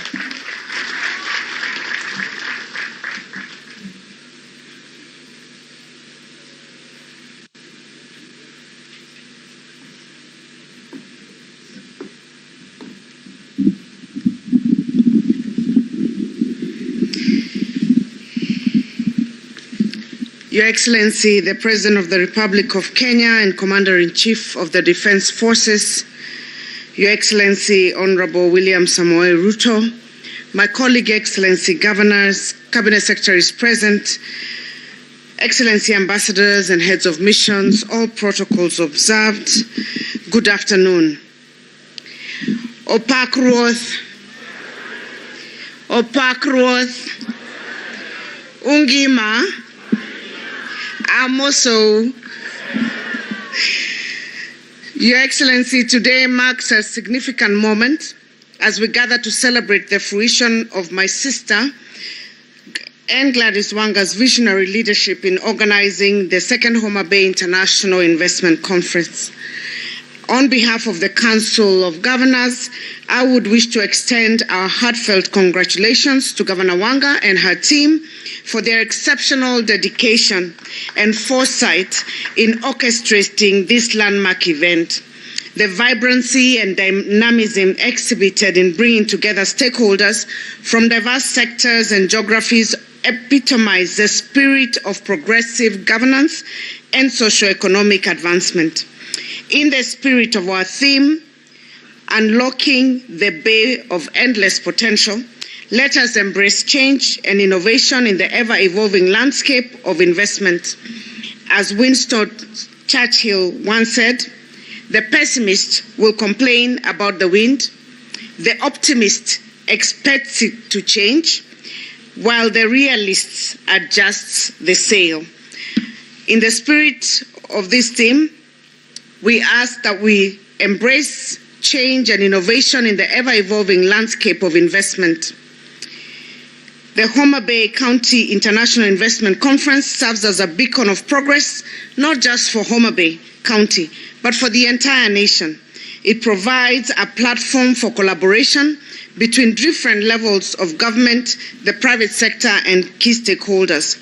The theme is not just a slogan, but a call to action. It is an acknowledgement that our counties are rich in resources, skills, and untapped opportunities. As we deliberate on this agenda, we are essentially charting a course for sustainable growth that goes beyond the conference. Yesterday, Your Excellency, the women governors pre-launched the G7 strategy. The plan aims to empower and support the 7 female governors in demonstrating efficient and strategic governance within their devolved structures, a crucial approach to ensure the successful implementation of our plan is women's economic empowerment and financial inclusion. Your Excellency, it is our hope with leaders like Gladys Wanga, Cecily Mbarire, Susan Kehika, and all the other female governors, and Wavinya Ndeti, who are here, that will set an example that will help us achieve in elected governor's office 30% of women governors in the next election. That is why we are saying G7 to G16.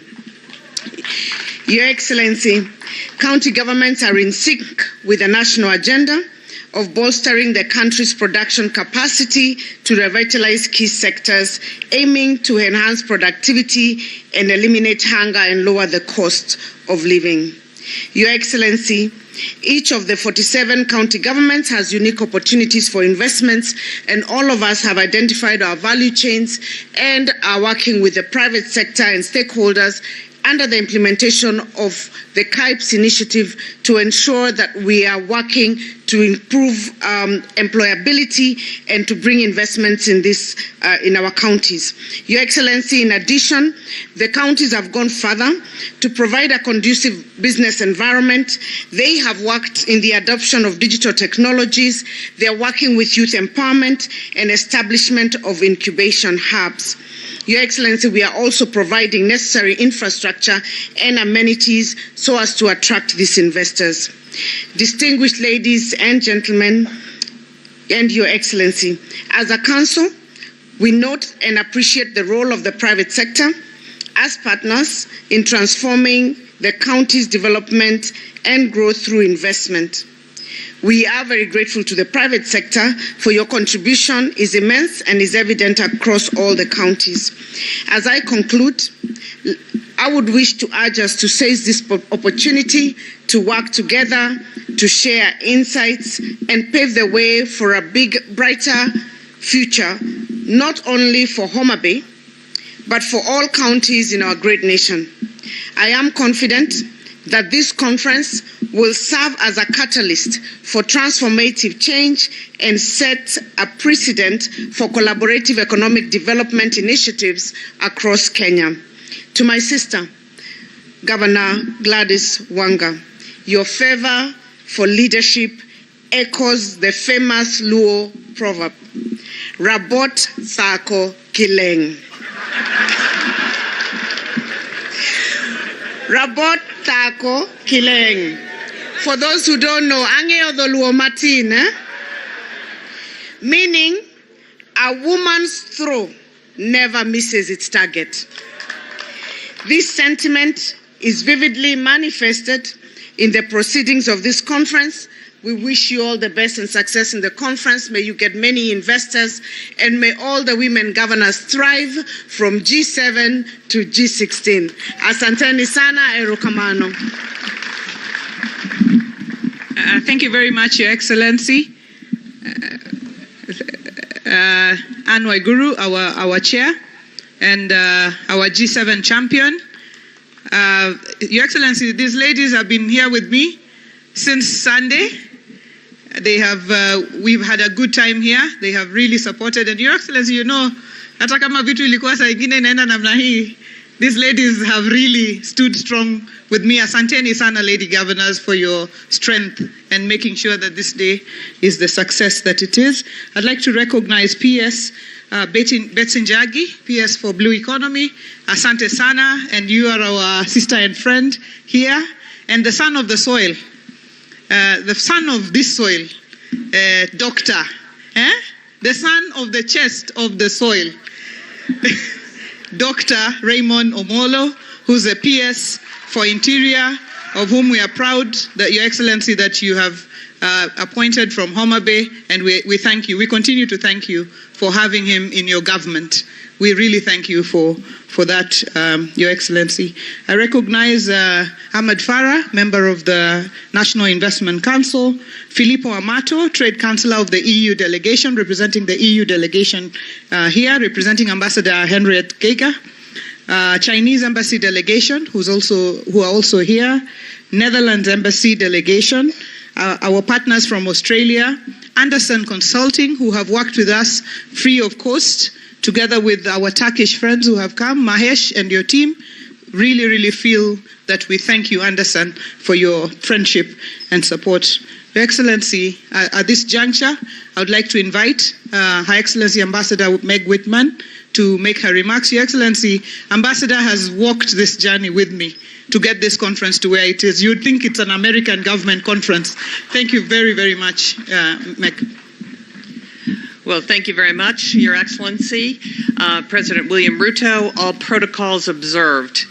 And I'm delighted to be back in this beautiful corner of Kenya. In fact, I've been here multiple times. I only wish there was a Homa Bay airline so I could get frequent flyer miles. Thank you, Governor Gladys, for inviting me to this Homa Bay Investment Summit.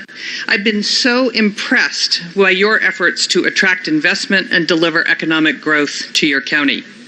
Your team has done an excellent job advancing your goals and positioning Homa Bay as a prime destination for increased trade and investment. And if success were judged on this conference alone, I believe you and your team are absolutely on the right track. It's amazing what you have put together. Round of applause for the government. Now, as many of you know, I am extremely bullish on Kenya's economic prospects, and I'm not the only one. Bloomberg, a world leader in business reporting, published a June 2023 article touting Kenya as the Singapore of Africa. Now, I have given a talk that I call Why Africa, Why Kenya throughout the country for most of the last year. We even took the speech on the road to the United States, visiting New York, Chicago, San Francisco, and Los Angeles.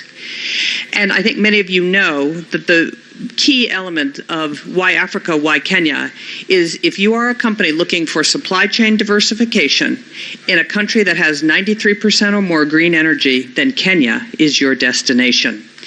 And everyone understands that and is responding to it very well. Instead of recapping why Africa, why Kenya, I'm going to add something called why Africa, why Kenya, why Homa Bay. So you might be thinking, what is why Homa Bay?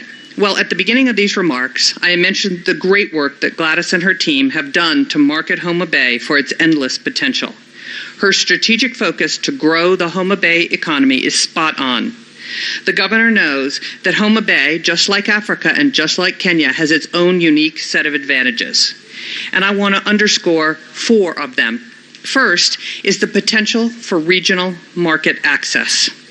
I don't have to tell you that the location of Homa Bay is perfect to access the East African market of over 500 million customers.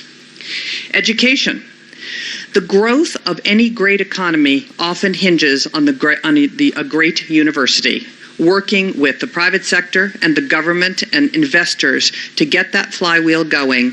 And what you have here in Tom Mboya University, the government of Homa Bay, I think is a magical combination. Tourism. I don't have to say much about tourism as the landscape and natural beauty speaks for itself. In my view, Lake Victoria is largely untapped for its tourism potential. The country also has an amazing national park that could benefit from eco-lodges, hiking trails, and all kinds of water activities. And finally, economic diversification and private sector growth. I want to draw your attention to some examples that I think illustrate the potential of Homa Bay.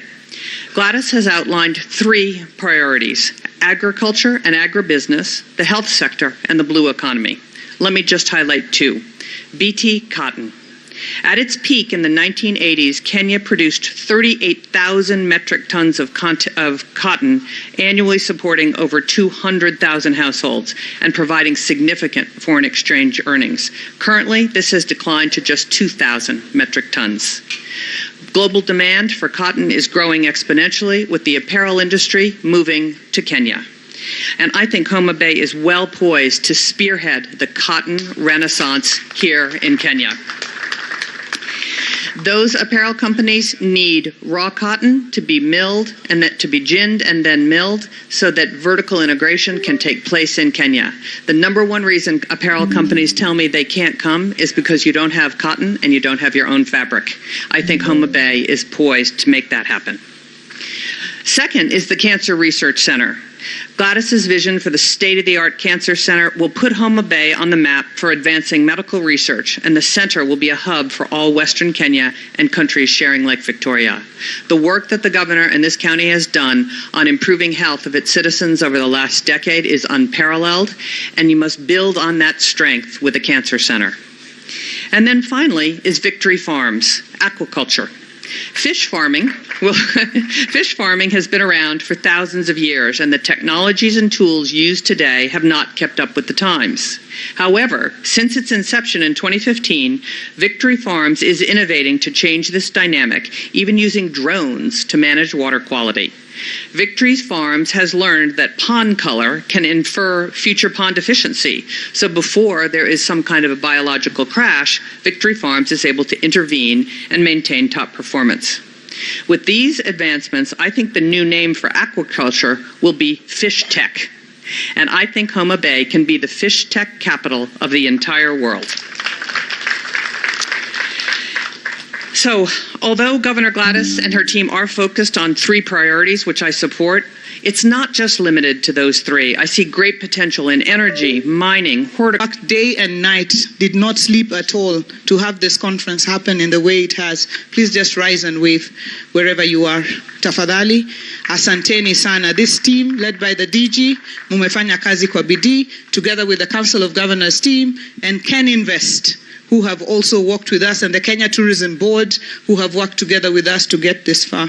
Your Excellency, we have now, between you and me, about 25 minutes.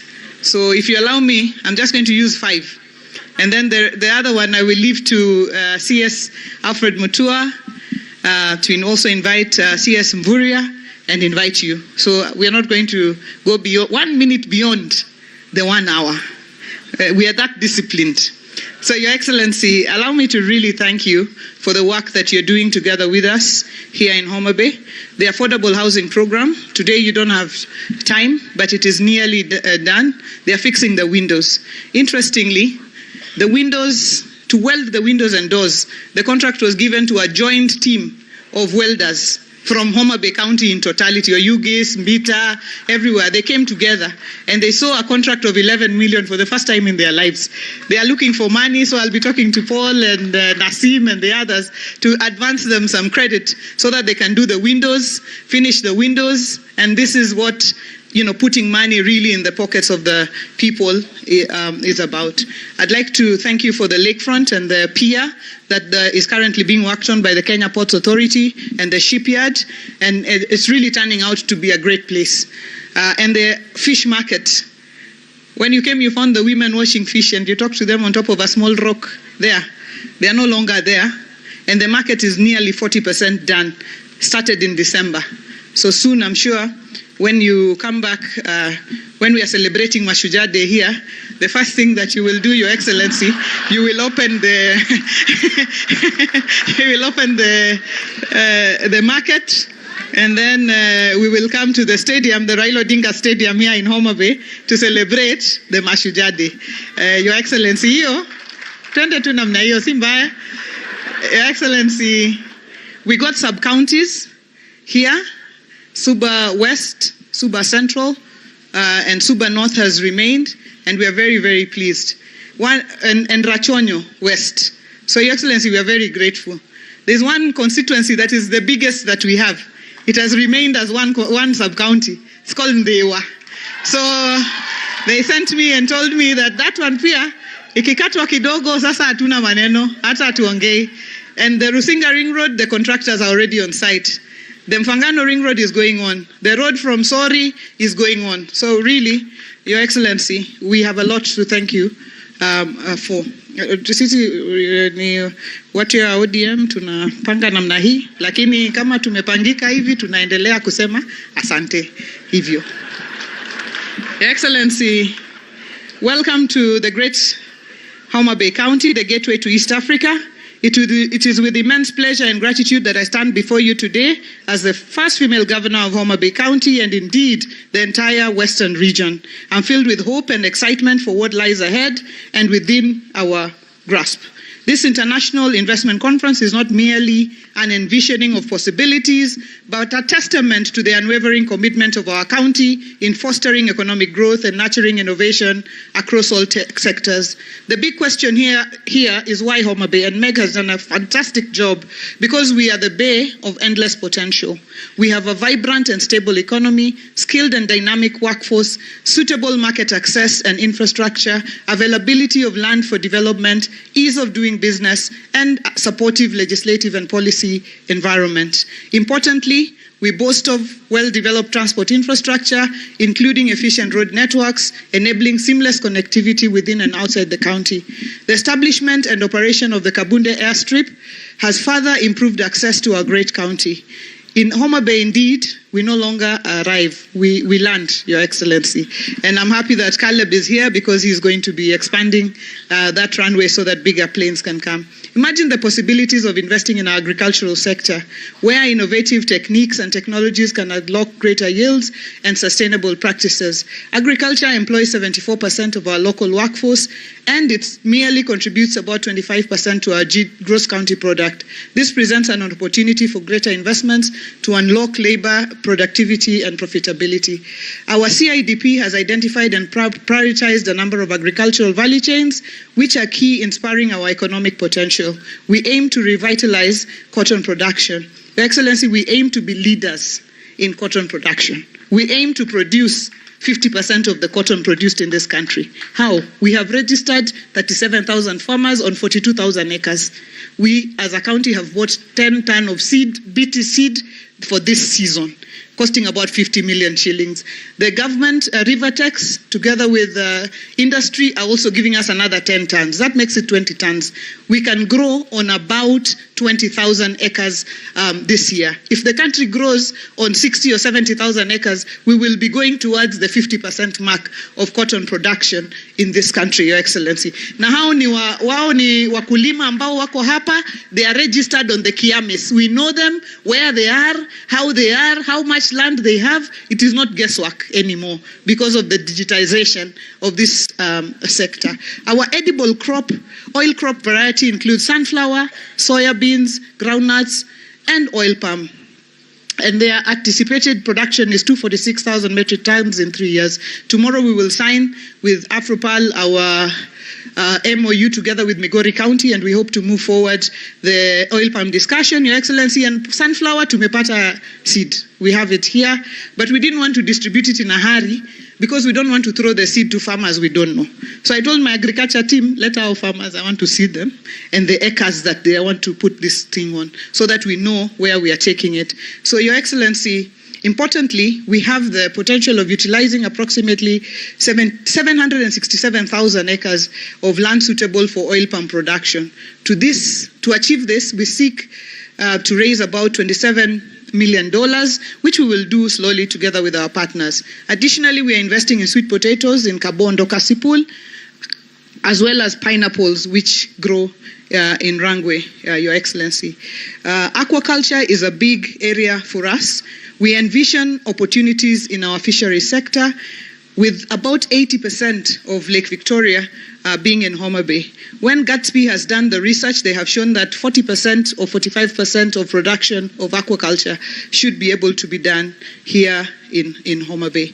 Your Excellency, picture the potential of our tourism industry, where our pristine beaches, lush forests, vibrant cultural heritage can captivate the hearts of travelers from around the globe. Take a journey to our majestic Ruma National Park, where the rowan antelope is only found in Kenya, and the potential of sustainable flow of an upward of 5,500 tourists annually. Visit our iconic 16 islands of Rusinga, Mfangano, Sena, Ngode, Kiwa, among others, as well as the piers of Kindu, Homa Bay, Mbita. Indulge in the view of flamingos of Lake Simbi-Nyaima and its mythical volcanic lake. Your Excellency, from Kabunde to Mara Serena, exactly 2 hours driving. So tourists can actually come and even drive here, take a cruise ship from here, cruise to Siaya and Kisumu, and cruise back even to Mwanza, into the Serengeti, come back that way. Your Excellency, we are ready. We are in full gear towards operation of the Riwa Special Economic Zone. And I'd like to thank you for gazetting the Riwa Special Economic Zone here in Karachuonyo. And today you will be launching it officially for us within the remaining 25 minutes. You will be launching it officially for us. And SCZ Authority is here to provide us with an operating license. But the most interesting bit, Your Excellency, is today as you give us an operating license, you will also be giving Victory Farms an enterprise license to be our anchor tenant for a fish processing plant within the Riwa Special Economic Zone. Victory have told me just 3 things. They've said they want, there's a bit of flooding problem there, so they want me to deal with that. And I think Raymond had spoken to NYS to get the tractors there to desilt the river Tende so that we can dike that river. They've also said they'd like some power, which if you put your, push kidogo, we will get some power. And they said within 60 days, they want to break ground. And if within 60 days we have not sorted, me and you, the problems there, they want to now just look for an easy place to set up. Your Excellency, 60 days, tupambane pamoja, tuone kama power can be there. The road I will do. They want the road raised, that one is on me. Electricity and desilting. That one I want to leave for you so that you to skumie. We are in full gear. I promise today we are not asking for many things. Just Riwa and Mashuja, just 2. Your Excellency, hata nimemaliza speech. Nisiongee sana. Wacha nisiongee kwa sababu dakika 5 imeisha. I would just like to tell our investors that we are in strong partnership. Homa Bay is ready. Homa Bay is open. we will facilitate you. We are corruption free. We don't want corruption here. If anybody tells you, give me something for you to do ABC, call me because my phone is always there. That is not allowed here. We do not want to do that to our investors. We want you to just come and invest. All we want is your investment. Land we are giving you. All we want is for you to invest so that these people of Homa Bay, these young men and women you see here, can get jobs, places to work. That is what we would like to achieve for our people. And Your Excellency, nikimalizia, jana tumeona kama mambo iko. You know, we would like, as Moses said, for His Excellency, Right Honorable Raila Amolo Odinga, we support him fully for the African Union. And we thank you for your support and for pushing that for us. Asante sana, tunataka kusonga na hiyo mbele na tunashikana tu. Sisi vile nimekuambia kila siku, mzee tuko nyuma yake tu fully like this. We look at him like this, where he's pointing we go, Your Excellency. So hiyo ukimsaidia hiyo, we are very very grateful. Tunashukuru sana. So mimi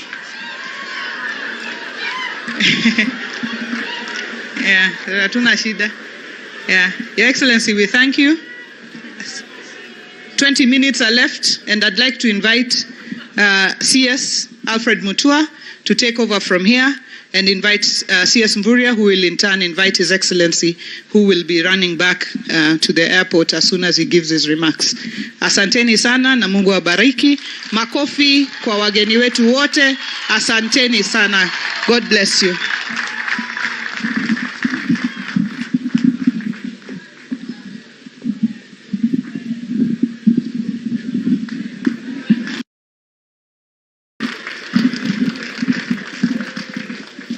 Your Excellency, President William Ruto, Governor Wanga, governors, all protocols observed. Osawore. Kabla sijaongea nataka kuwatambua chairman of parastatals who are here. If I can just ask them to stand up to be recognized. We've got a chairman of Rivertex, Dr. Langat, just stand where you are. Dr. Chanzu of National Housing Corporation, Chairman of Italy, Daudi, Chairman of Lake Victoria, Chairman Kositani was recognized, and all the other chairman of parastatals, karibuni sana. Your Excellency, I woke up this morning and looked out of my window and I saw the sun rising and shining over Lake Victoria, and what a sight to behold. This is a beautiful county, an amazing county. I want to start by congratulating Mheshimiwa Wanga. This is great. As a two-term governor, you're on the right track. You're on the right track. And I want to tell the people of Homa Bay and also to yourself, the kwamba mbele ber. Your Excellency, this region is ripe for tourism, and it will be part of what we are calling our Western Tourism Circuit. I want to speak a little bit about tourism. I'll soon be visiting this area, and I'll be meeting the governors to talk about tourism circuits. For a long time, we've only been selling the beach and the ocean, the beach and the wildlife, but there's so much to offer. I will meet all the 47 governors of the country and align. Your Excellency, there are so many hidden gems here that people don't know. I see my governor, Wavina, is here. And I know I'll recognize many. In Machakos, for example, we have a hill in Machakos whereby it's like this. But if you pour water, water does not go downhill, it goes uphill. If you put your car on neutral, the car rolls upwards. If you put a bottle, the bottle rolls upwards. Nasio kamuti, you know, it's like a magic hill. And so they've got all these tourism sites that we are going to include so that our people, our visitors have more than to see. I've been to many countries whereby you go and see very little. We have a lot to offer in our countries and many products to sell. Your Excellency, there's a beach here. We've started work on the beaches in Mombasa, in Malindi. We're building an aquarium in Mombasa. We're doing a lot of work at the coast. We want to also do a lot of work over here. Homa Bay, with the Lake Victoria, is ripe for investment. We are thinking of working together with the investors for a Lake Victoria cruise. We don't just have to want cruise ships coming to Mombasa. We're thinking about our Lake Victoria cruise. So we've got a cruise ship that starts maybe in Kisumu, goes all the way to Jinja, to Entebbe, to Mwanza, and bring people to Homa Bay so that they can spend their money here, go to Ruma National Park and see the animals that are here and spend money. The tourism numbers, Your Excellency, have gone up. I'm proud to report that at the end of December, we were at 1.95 million visitors. Currently, as we stand here, we've surpassed the 2 million mark. We are at 2.1 million visitors to our country. I'm estimating that we'll get 2.3 to 2.5 by June of this year and 3 million by the end of this year, or even more by 2027. We have a plan on how we are going to achieve it, and it is very, very possible. Your Excellency, as I come to conclusion, tourism is a very soft area for all of us. We can make a lot of money in tourism. I am talking about domestic tourism in as much as I'm talking about tourism from outside. I'm reorganizing Kenya Tourism Board so that we can market properly. Kenya Tourism Board has been marketing the same way for 20 years. We are changing how it's marketed. We are looking at halal tourism, medical tourism, cultural tourism, and many other areas. But for this to thrive, we don't just want visitors, we want value. We want people with a lot of money. And so what we are doing is that we are encouraging quality tourism. Governor Wanga, when visitors come here, people are going to Dubai, Singapore, and other places. Why? Because they are basic comforts.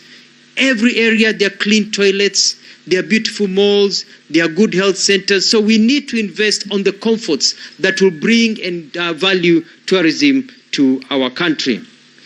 I'll be back to Homa Bay very soon so that we can continue. Investors, please, we only have 1 or 2 or 3 hotels here.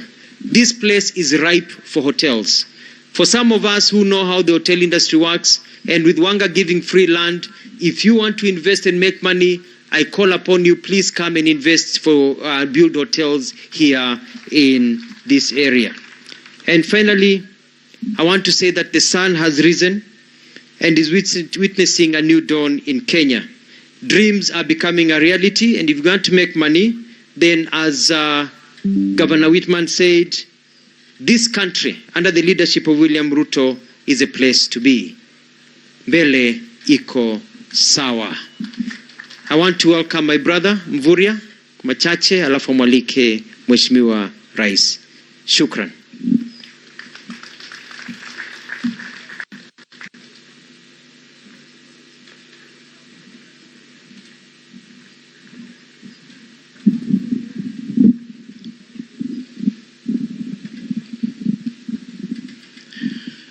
Your Excellency, the President of the Republic of Kenya, Dr. William Samoei Ruto, Her Excellency Gladys Wanga, and all the governors here present, members of Parliament, our key partners and investors, ladies and gentlemen, Osaore Uru.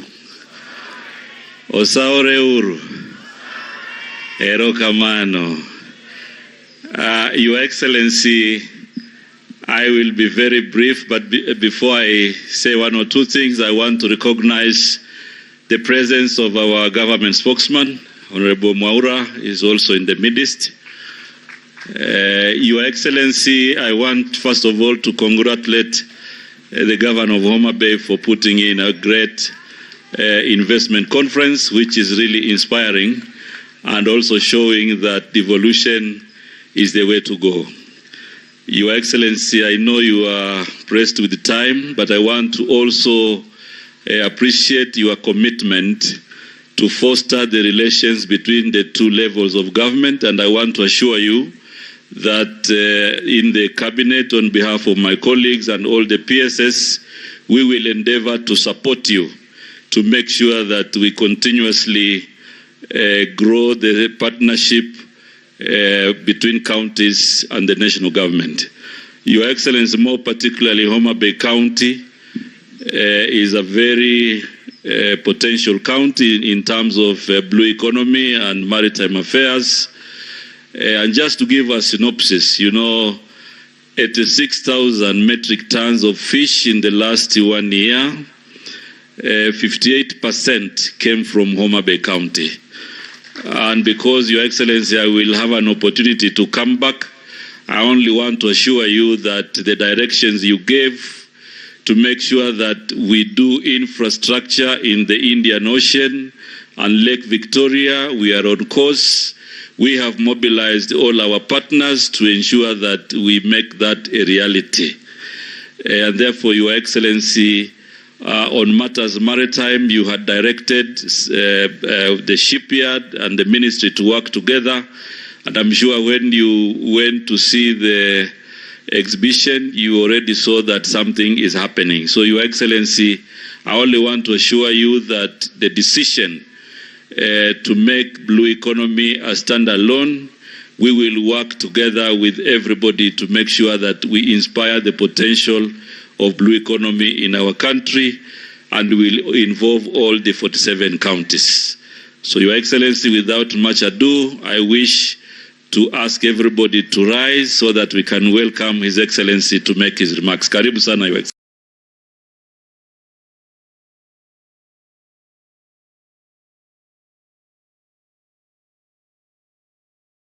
Great. Next on stage, would like to invite the CEO of Entotech Africa Limited. Make your way kindly. Your Excellency, Madam Governor, we request you to stay on. The CEO of Entotech Africa, Atid Ramon, where are you?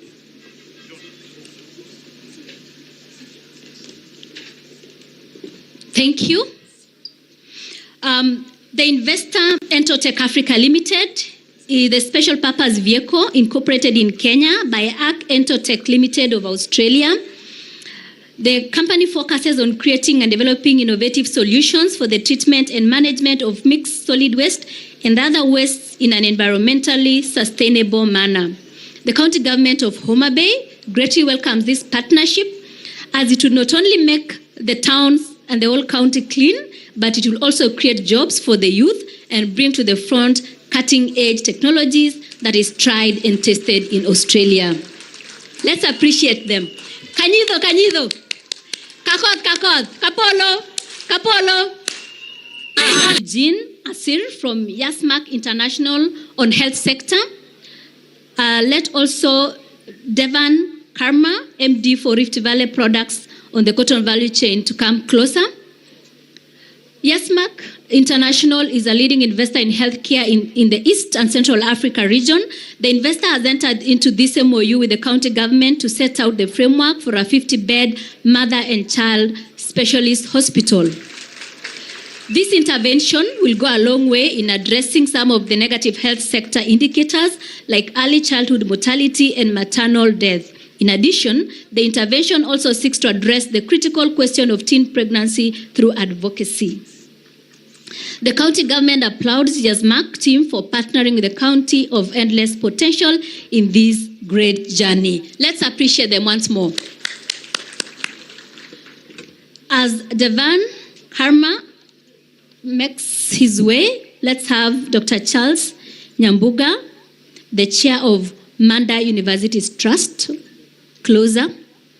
Joshua Patrick, MD of Mira Ethics, please come closer. And also Dr. Huzema Eza, Fair Deal Real Estate, come closer. Energy Group, Joshua Patrick, MD of Mira Ethics, please come closer. And also Dr. Huzema Eza, Fair Deal Real Estate, come closer. Energy Group, Reddington, Ken Odegi, please come closer. Great. Next is the partnership between Rift Valley,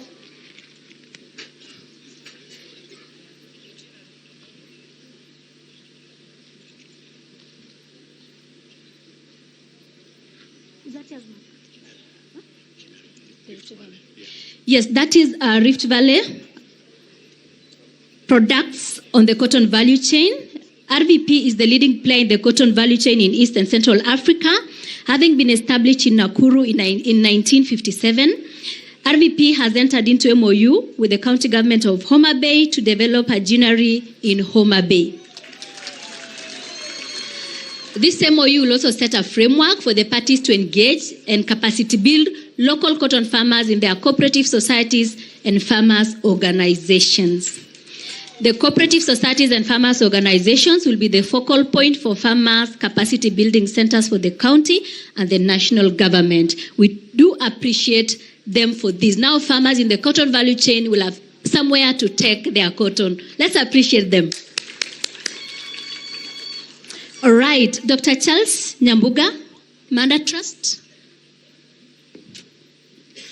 Yes, so Manda University Trust represents Manda International University, a US-based institution of higher learning that seeks to establish Manda University, Kenya, with its main campus in Homa Bay County. The university will specialize in health science and agricultural studies, and in so doing will spur huge growth and development in the health and agricultural sector. Let's appreciate Manda to Homa Bay. Kanyido, kanyido. Kanyido, kanyido. Kakot, kakot. Kapolo, kapolo. Great. Let's have Joshua on standby.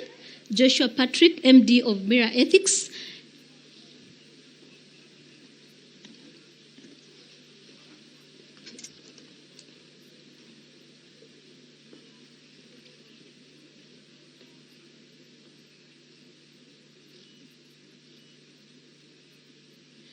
All right.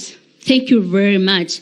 Mira Ethics is a leading consulting firm that focuses in attracting, packaging, and implementing projects in a consortium with investors from China.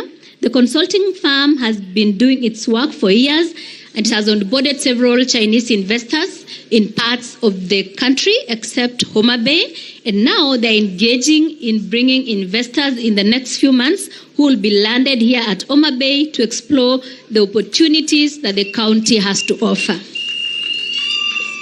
So going into the future, those opportunities that have been packaged, the county will work closely with Mira Ethics to get investors and to learn investors. So let's appreciate them. Kanyido, kanyido.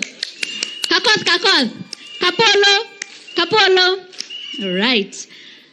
We have Fair Deal Real Estate.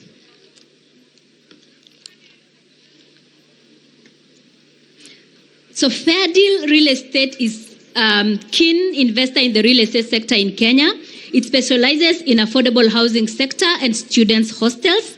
They are looking forward to engaging with the county in building infrastructure for the fast-growing population in the county of endless potential. That is the team that will build the affordable housing project. So let's appreciate them. Kanyido, takane nyido, kanyido, kakot, kakot, kapolo. Kapolo, thank you. Last but not least, we have the Energy Group, led by Ken Odegi.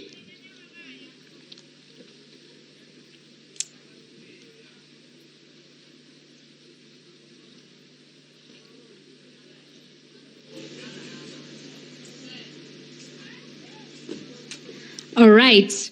Reddington is a leading solar power generation and technology company with a keen focus on powering SMEs. The firm seeks to generate solar power in Homa Bay, ostensibly to power the beaches, local schools and hospitals, which may not be connected to the national grid or otherwise seek alternative sources of electricity. The partnership will spur growth in the beaches, create employment opportunities, and further engagement in technology transfer to the residents. We welcome Reddington as it seeks to power our endless potential. So let's appreciate them. Kanyido, kakot, kakot, kapolo, kapolo. Ladies and gentlemen, we've come to the end of this great session where we have landed 9 investors as an output of this great conference.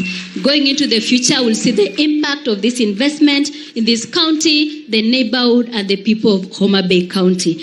Let's appreciate once more our governor for leading this great effort. So that's the end of the session. I thank you for your time. May God bless you. Thank you very much. Let us appreciate Ms. June Chepkemei. You agree with me that her Luo is simply impeccable. Thank you very, very much. Asante sana. I'll ask the protocol team to now clear the stage. And at the same time, apologies, Your Excellency, Governor Wanga, I will ask you once again to take the stage and proceed with our program. Thank you.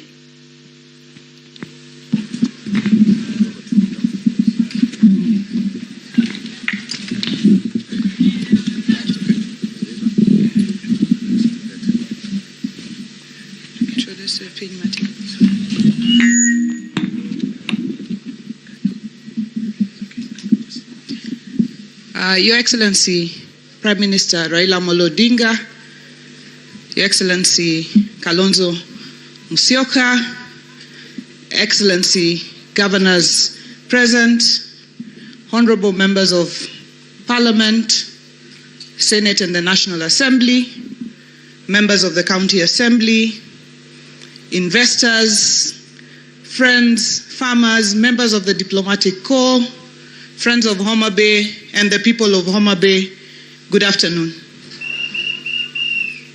I'd like to take this opportunity to welcome you all to Homa Bay. I'd like to recognize the governors who have made time to come here today. Governor Johnson Sakaja of Nairobi County, asante sana for making time to come. Governor Paulo Tuoma of Busia, thank you very much for making time to come.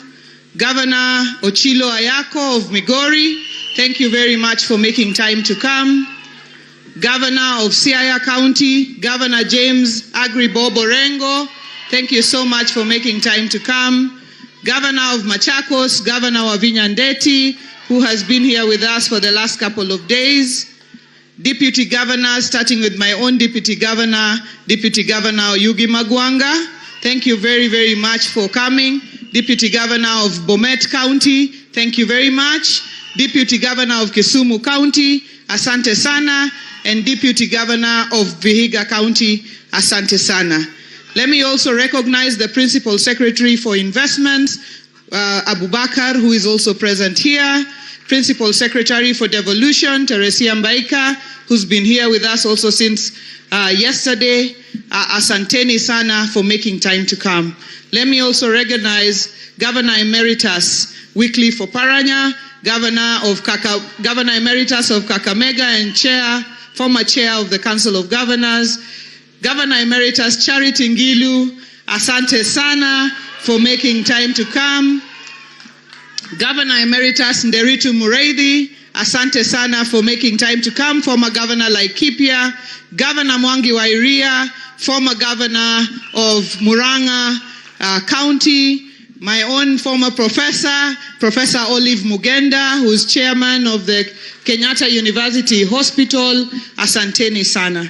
We will quickly move through the program, and I'd like to take this opportunity to invite here to recognize members of the county assemblies.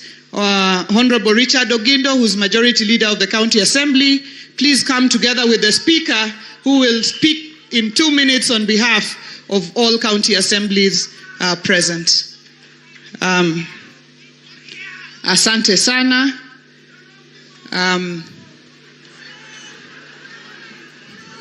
I'd like to require silence back there. Adwana kwau ni wane investment conference. What I mean, wane investment conference. Akwai. Majority Leader, please just recognize the members of the County Assembly. They will only rise and wave, and then you will retreat. Thank you, Your Excellency. Your Excellency, the Right Honorable Prime Minister, Your Excellency Stephen Kalonzo Musyoka, all protocols observed. Your Excellency, allow me just to introduce members of Homa Bay County Assembly. Kindly just rise.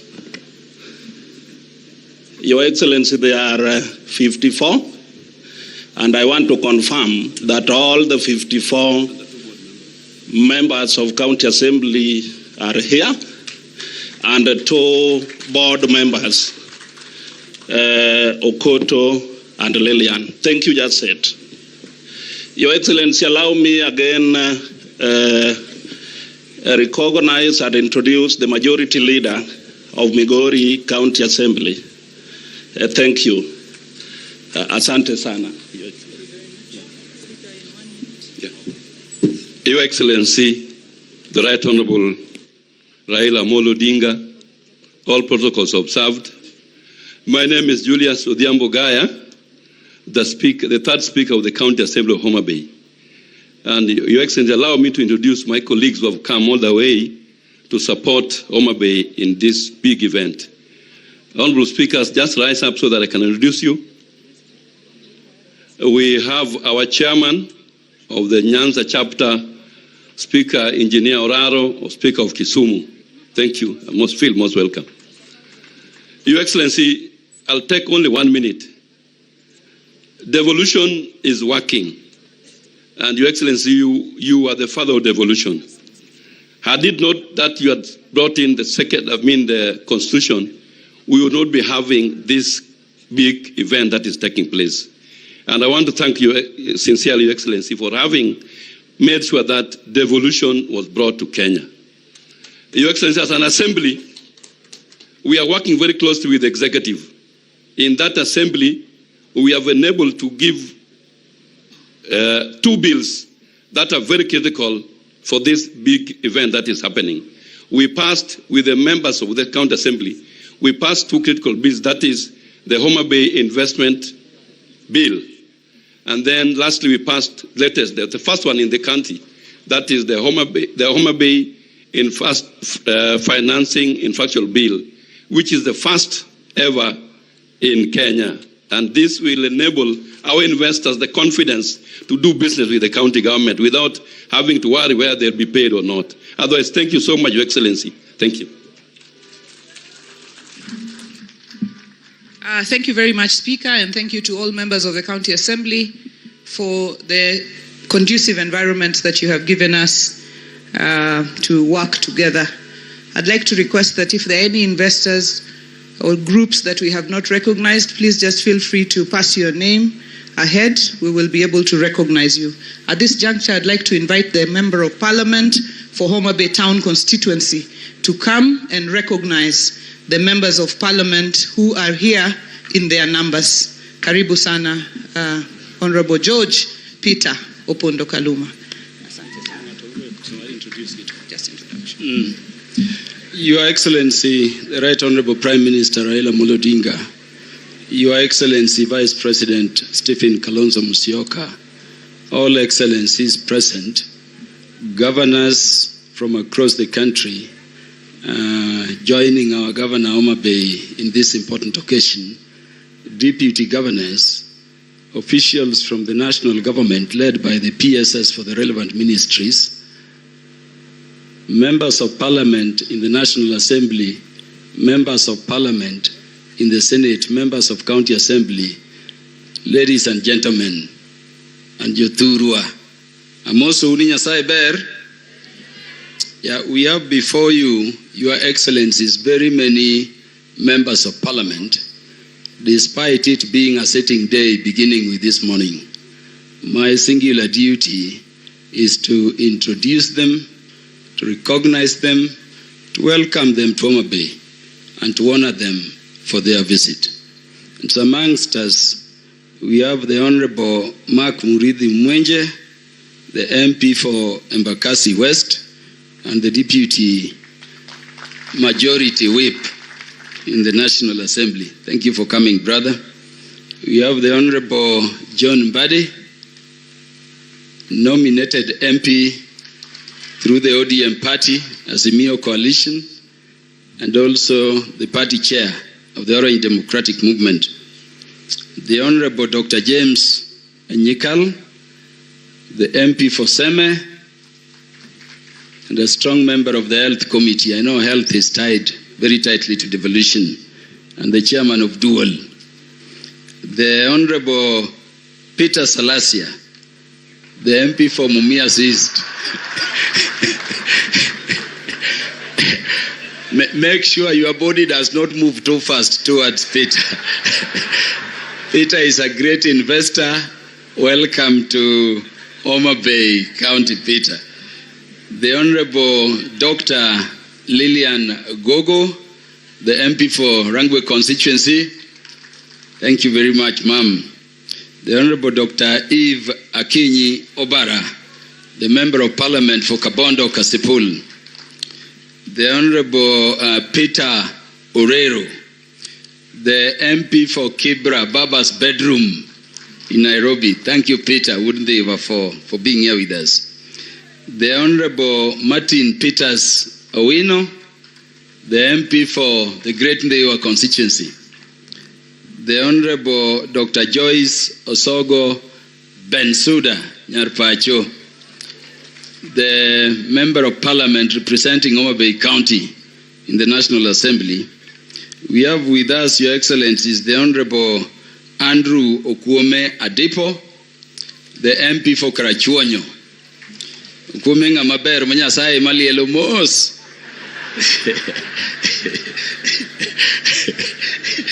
Welcome, Honorable Okuome Adepo. The Honorable Irene Mayaka, nominated MP Nyargot through the ODM party. The Honorable Catherine Muyak, the Member of Parliament representing Machakos County in the National Assembly. We have the Honorable Beatrice Ogola. You may be mentioned again by my brother, Senator Moses Otieno Kajwang, but Honorable Beatrice Ogola is nominated Senator, and she's a daughter of the soil. And she's a great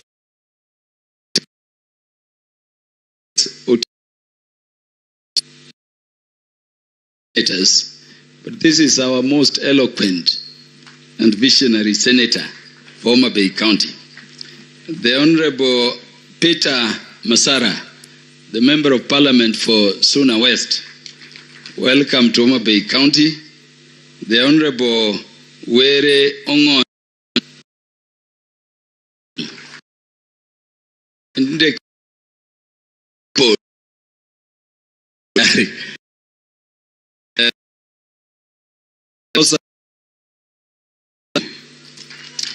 the MP for Kisumu West. Baba, Your Excellencies, we serve with Honorable Rosa Kinyibuyu in the Departmental Committee on National Security and Administration. A very strong lady also. We welcome you to Homa Bay. Baba, Honorable Millie Grace Odhiambo,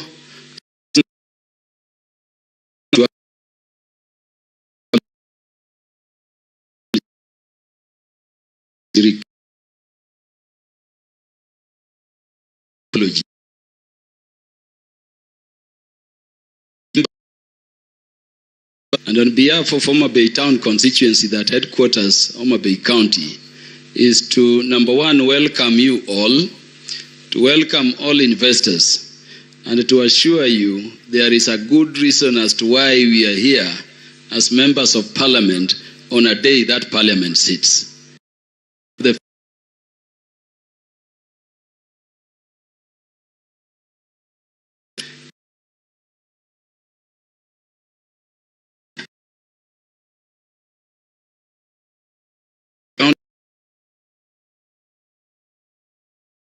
From the region with the governor, and anything that requires to be leveraged from the national government through Parliament, we are at hand to deliver it. Be assured of political stability, and that is the reason as to why, Baba and Your Excellencies, we thank you for your presence here today. I thank you very much. Have a day.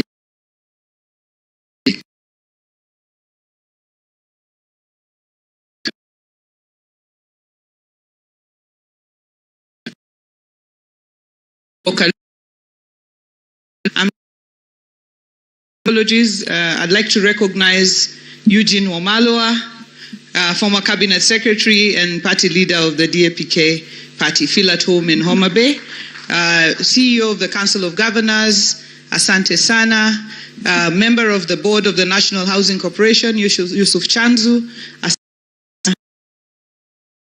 Juncture,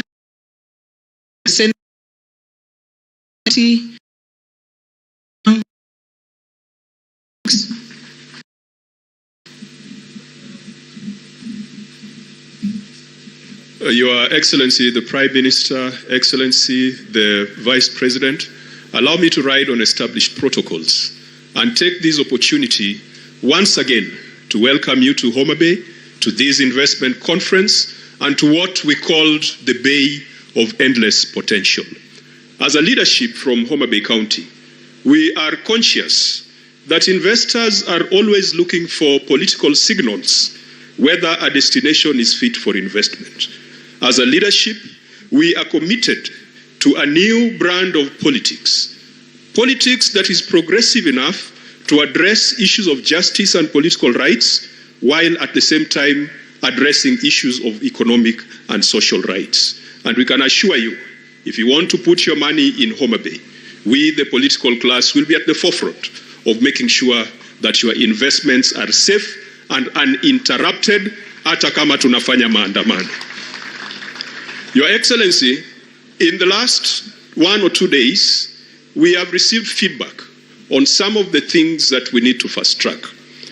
The first feedback that I came across was, let us focus on local investors. A lot of young people, probably people within my demographic, with a little disposable income, are now putting their money in infrastructure bonds, yielding them 16 to 17%, or money market funds. I want to encourage the investment corporation that we are establishing in Homa Bay today to build a proper pipeline of bankable projects so that our middle class and our professionals can move their money from commercial banks and bring it so that we can open the potential around Lake Victoria and all those things that we have listened to. International investors are driven by many factors, some that are geopolitical, but local investors have got no other country. And the feedback we got was that we must talk to our local investors for them to bring their money to Homa Bay.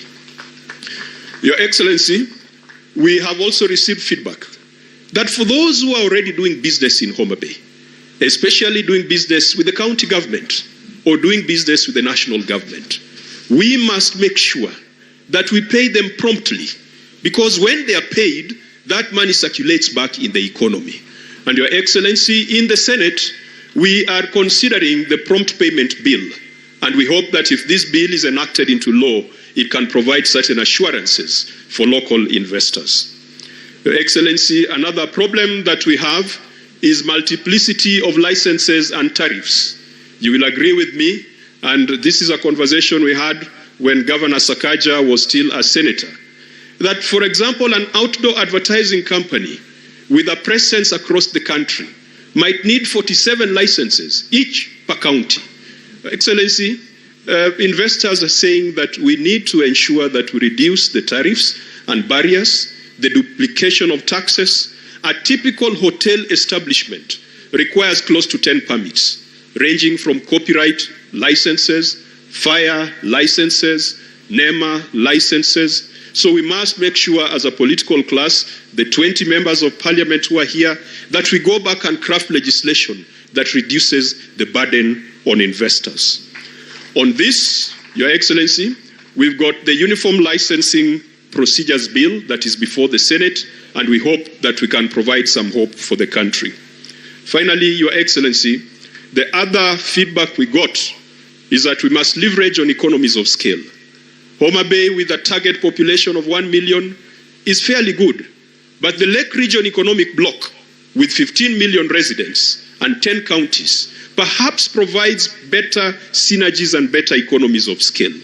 In the last parliament, I do recall when we were with Senator Orengo, we tried coming up with a legal framework to anchor regional economic blocks in law. We were not successful. But this time round, I am happy to report that Senator Catherine Muma in the Devolution Committee are working to ensure that we revive that legislation so that the Lake Region Economic Bloc, which had very good leadership during the times of Governor Oparanya and very able leadership right now with Professor Nyong'o, who will be here tomorrow, can have the capacity to engage, can have the capacity to receive funds from counties, and that these investors, the next investment conference would probably be one for the Lake Region Economic Bloc. Your Excellency, as I conclude, this morning, as is usual, I was looking at the Bible, and I came across Jeremiah 29:11.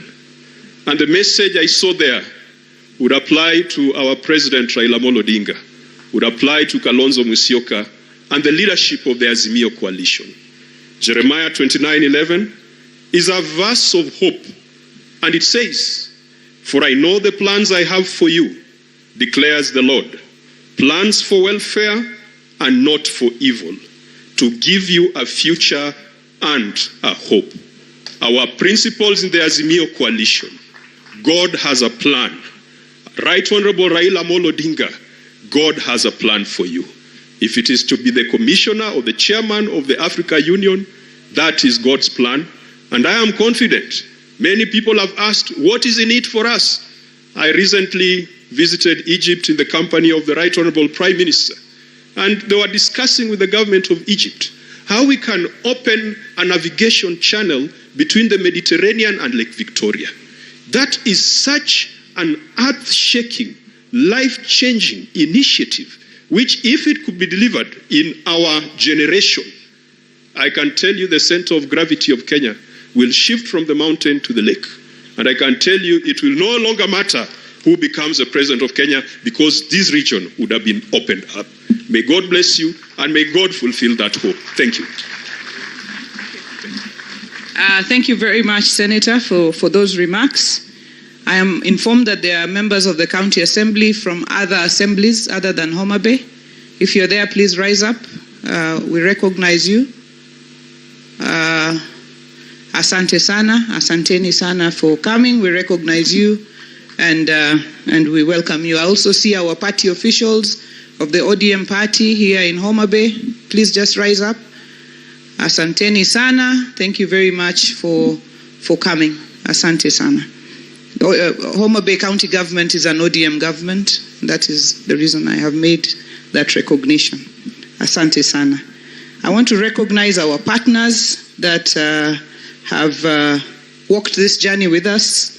Our platinum partners, the Kenya Shipyard Limited, the County Pensions Fund, the Kenya Airports Authority. We thank you in a special way for being our platinum partners. You have walked this journey with us, together with the Council of Governors who have walked this journey with us, and the Ministry of Trade and Investment through Ken Invest. You have held our hands. This is really our joint conference. I'd like to thank Safaricom, Gatsby Africa, who have done the mapping of the lake. We thank you. Lucy, you're somewhere. Please just rise up. Thank you very much for your support, Gatsby. Asante sana. Kenya Commercial Bank. I don't know whether Nyamu is still around. Kenya Commercial Bank, I see you, Dorothy. Asante sana. FAO, Food and Agriculture Organization, who have also really supported us. Tito Arunga, I see you. Asante sana. DTB Bank, Diamond Trust Bank. Asanteni sana. If you're still around, just wave. Nasim Devji was here yesterday. Asante sana. USID, you people have walked this journey with us technically. All of the rapporteuring happening here is by you. Asanteni sana. Thank you very much for your support. UK Aid, the UK government. John, asante sana, together with your entire team. Rivertex, thank you very much. Even the shirts we are wearing, you are the ones who stitched them. Asante sana. Absa Bank, thank you very much for your support. Asanteni sana, I see you there. National Housing Corporation, asanteni sana for your support. Thank you, Chairman. LAP Fund, thank you very much for your support. CDC, thank you very much for the support you've given us. ACT, which is funded by the UK government, asante sana. EcoBank, thank you for your support. Railways, Kenya Railways, thank you very much. BIDCO, asante. Kenya Association of Manufacturers, Kenya Revenue Authority. This time we didn't give KRA, we got something. So they're not all bad, you know. Sometimes they give, they don't just take. So KRA, thank you very much. Light for the World, Asante, Skyward Express, Ken Invest, Magical Kenya, which is the Kenya Tourism Board, Kenya Medical Training College, Kenya Wildlife Service, Eco Network Africa, Kenya Private Sector Alliance, PS Kenya, EABL, Victory Farms, Africa Guarantee Fund, AGF, Kenyatta International Conference Center, who have set up this breakaway session. If you look on your left, there's a whole session there they have set up for us as their contribution. GIZ, thank you very much. You have sponsored us, and tonight the news will be read from Homa Bay. Thank you very much, GIZ. Jeff Koinange will arrive here any time now, and the bench will be right here in Homa Bay. Equity Bank, I saw Zilpa there. Thank you very, very much. The Tourism Fund, thank you for your support. Kenya National Chamber of Commerce, they are here in huge numbers. Nyangweso, you're a son of the soil. Thank you very much for your support. That is the CEO. Cooperative Bank of Kenya, Lake Region Economic Bloc, Kenya Institute of Curriculum Development, USAID Private Sector Engagement Program, Anderson Consulting, Renegade Air, Kaitano Parts, Madison Insurance, Harambe Sacco, Capwell Industries, Kenya Bankers Association, Kenya Power Pension Fund, and several others. This has been a great partnership. I'd like to welcome at this juncture the Principal Secretary for Investment, Abu Bakar, to please come up and make his remarks on behalf of the Cabinet Secretary for Investment, Rebecca Miano, who is out of the country.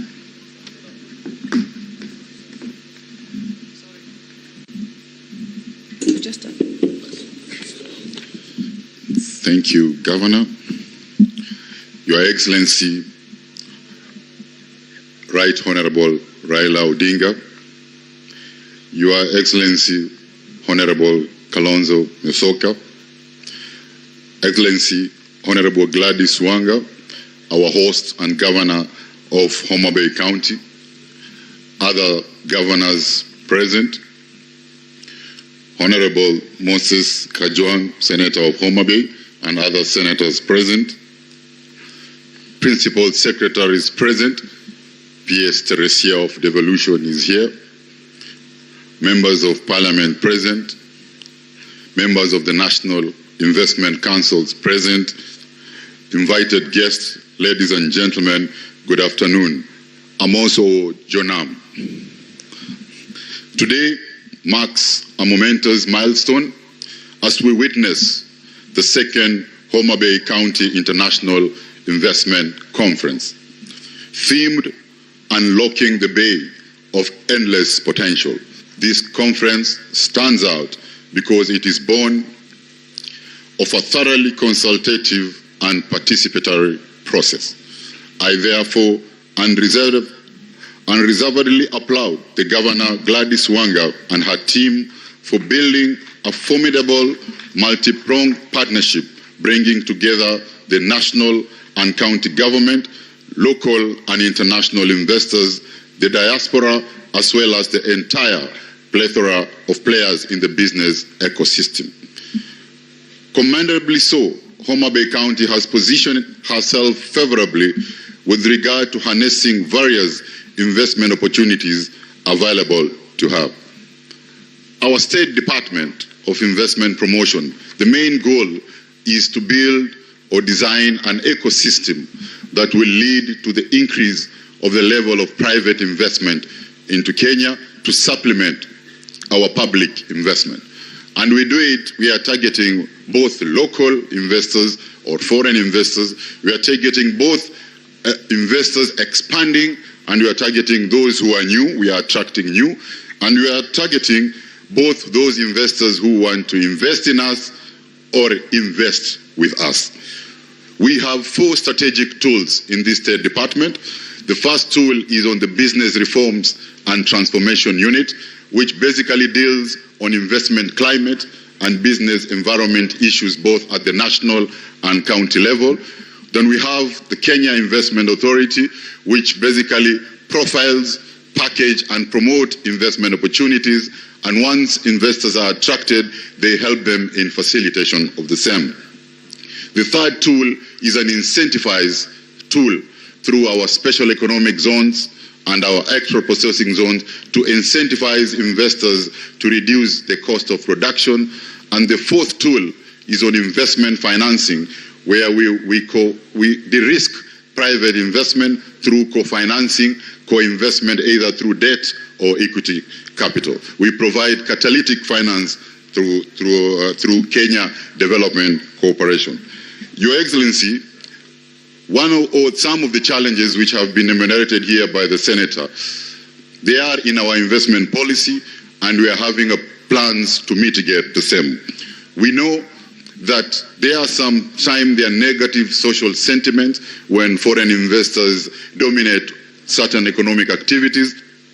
And what we are doing as a State Department to mitigate that is because these opportunities are here in Kenya, and they need to be seized by the local investors and then linked to the foreign investors for partnership. Another issue, another challenge, Your Excellency, is on the multiple licenses. As a State Department, we have 3 programs in place under the Business Reform and Transformation Unit. One is to deal on the cost of doing business. The second one is on the ease of doing business under the World Bank Be Ready program. And the third one is on the multiplicity of county licenses. We are having a program to standardize, to harmonize, and unify the licensing payment system. Your Excellency, the third one is on the regional economic blocks, as stated by the Honorable Senator. That is an issue which has been identified in our investment policy on limited coordination, and as a ministry, we have been having partnership with the Council of Governors, and I think Kenya Investment Authority has signed partnership MOUs with all the economic blocks, including the one for the Lake region. Your Excellency, Homa Bay has leverage on these strategic tools, and now you can see it is standing out. It is coming out as an entry, hub, and gateway for investors. I'm told by the Governor Gladys that when investors come here, they don't arrive in Homa Bay, but they land in Homa Bay. So strategically located, Homa Bay County lies within East Africa's larger Lake Victoria economic dominion, to which end the recent revival of Kisumu Port, for instance, becomes a magnificent boost to logistics within the expected EAC common market area. His Excellency the President's recent policy on all-around waiver of visas for foreigners, reconnecting with the home of human origin, which is Kenya. This county has what it takes to harness fuller benefit from increasing tourism inflows into this country. Concerning agriculture, Homa Bay has distinctively favorable climate regimen suitable for a number of value chain, foremost of which is the edible oil sector and cotton sector. As you are aware, in our EPZ program, a lot of investors are there in the textile and apparel, and we are number 3. The third export of Kenyan export is apparel, and most of the cottons, which is the fabric which is used to produce the apparel, is not coming from Kenya, and we are seeing a lot of potential from Homa Bay to gap that deficit. In the edible oil sector, we know that you are aware that we import $1 billion of edible oil, and we think we can do an import substitution through the potential that exists in the Homa Bay County. As we continue to improve the business environment in the country and counties through the standardization and harmonization of county licensing regime, I urge investors here to propose to be fast to market and establish solid investment within the Bay, because the early bird is more likely to catch the bigger worm. Meanwhile, Your Excellency, as the ministry, we continue to negotiate the expanded market access within the continent and the under the auspices of the Africa Continental Free Trade Area, with our eye on such partners as Homa Bay County. We are also working towards guaranteeing duty-free, quota-free access of Kenyan goods to Europe through our economic partnership agreement already inked with Europe and United Kingdom, again opening new markets for Kenya. At the same time, Last week, we have just concluded the negotiation of a comprehensive economic partnership agreement with the United Arab Emirates and the Gulf region, further expanding our market opportunities as a country. Besides, we are in negotiation with the US on the Kenya-US Strategic and Investment Partnership as we join other African countries in lobbying for the extension of the Africa Growth Opportunity Act, AGOA. Several other bilateral trade and investment agreements are ongoing to ensure that Kenyan products receive preferential treatment in all corners of the world. We therefore look forward to a partnership that we shall together strengthen one step at a time with Homa Bay County to make sure that your investment become rewarding by the day. That way, we all become winners. As His Excellency the President yesterday said, let us work together to convert the Homa Bay potential to investment-grade opportunities to actual investment so that we can grow our economy and create jobs and wealth for our people. God bless Homa Bay County. Erokomano.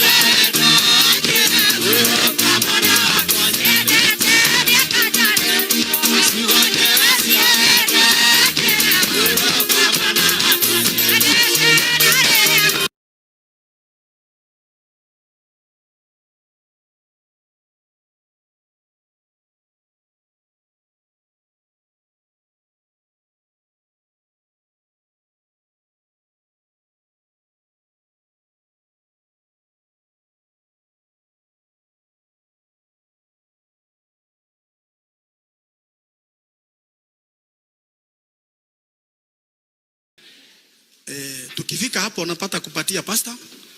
Excellency, ukiniruhusu kidogo tu, niko na kwaya mbili tu, iibe pastor watawapea, iibe at least ngetha twahukanie kanithari na kuneana at least tuigue twacoko ni thayu. Uguo ni kuri kwaya igwetwo ni pastor, alafu akimalizia ni kuintroduce charity wetu na chairman just briefly wawe tayari, na tuko na chairman wetu Kirenga, alafu nimalize mambo hiyo tufikishe hapo. Kwa hivyo pastor, Bwana Yesu asifiwe. Tupigie Yesu makofi mazuri.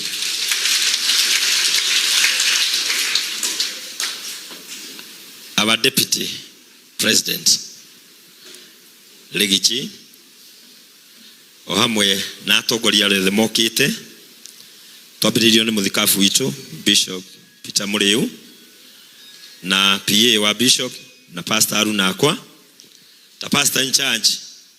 Ni gwenda kunyita inyuothe mukite ugeni, tutongoretio ni Deputy President Rigathi wa Gachagua, Karungo wa Thang'wa na angĩ ngũmenya tondũ no ndĩmagwete marĩtwa. Njuge inyuothe mwĩ karibu kĩgongona-inĩ gĩkĩ kĩa IPCA kanitha wa Matigari, nĩ tondũ kanitha ũyũ nĩ wa mau nĩkuo oimĩte. Ngai ndakĩmũrathime, mũtikĩhũre rũhĩ nĩ tondũ mũrĩ magegania. Kanitha witũ wa IPCA Gatumbĩ arĩ o head office itũ, ta pastor wanyu nĩ ndakena ingĩakuga ũguo Deputy President ye haha Sunday nĩ ngaga kũmũgwatĩria mĩcumaa ya Pentecostal, na mũngerega gũka nĩ ngaigua ndĩna thĩna ndĩmwĩre mũrĩ magegania, tondũ nĩ tondũ wa notice nini mũno na mwanjathĩkĩra ta pastor wanyu, nguga Ngai aromũrathima. Hũrĩrai mwathani rũhĩ rwega.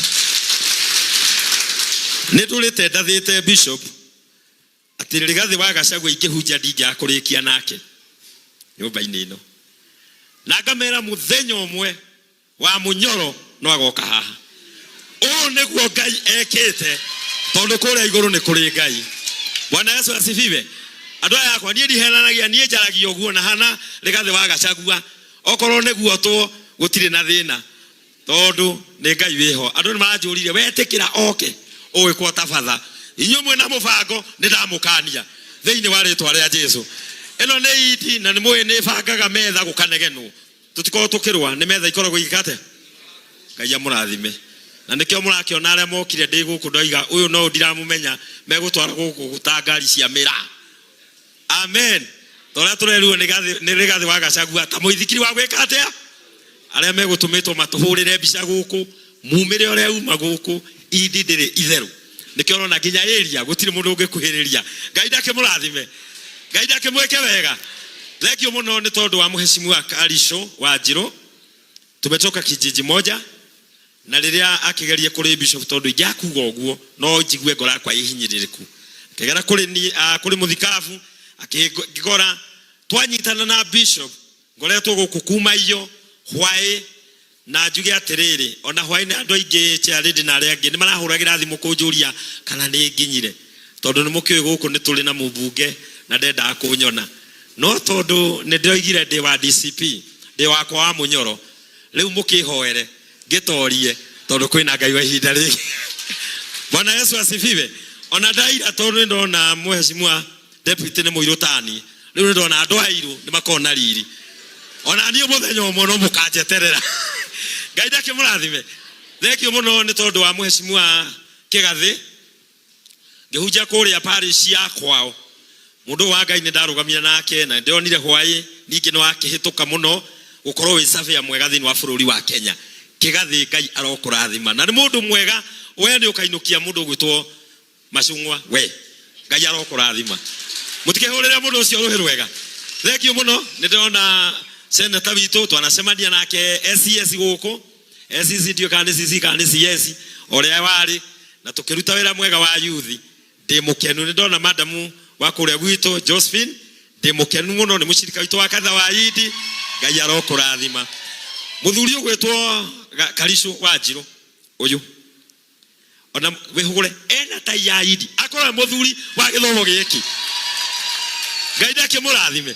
Nĩ ndakena ndona Ndegwa Roya ũnwe wakiri wa pastor wanyu ũyũ Leu maundu makwa ni Ngai ndakimurathime haria ndutagira wira ndutagira kwa muheshimiwa Jane na mwathani akurathime na to ni twamenyana ugiuka macando gakiuga ndie wega ni ukona Ngai.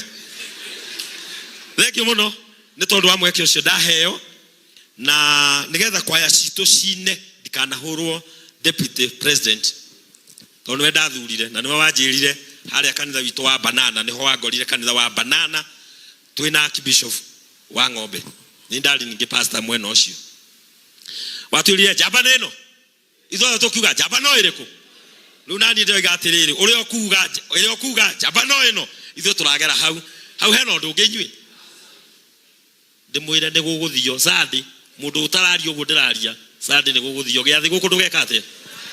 Ngai amũrathime. Nĩndakena mũno nĩ ciamani witũ wa kanitha ũyũ nĩ tũrĩ na ciamani ũrĩa wanyamũrire wĩtagwo Bwana Kĩrenga na nĩ ngenaga nĩwe muona ndĩ pastor ũrĩa ũrũme ũtarĩ guoya nĩ muona mũteng'ereri ũrĩa ateng'eria andũ arĩa megũtũmĩtwo nĩ mũthuri ũrĩa wandutĩire kawĩra kau Kĩrenga nĩ ũkona Ngai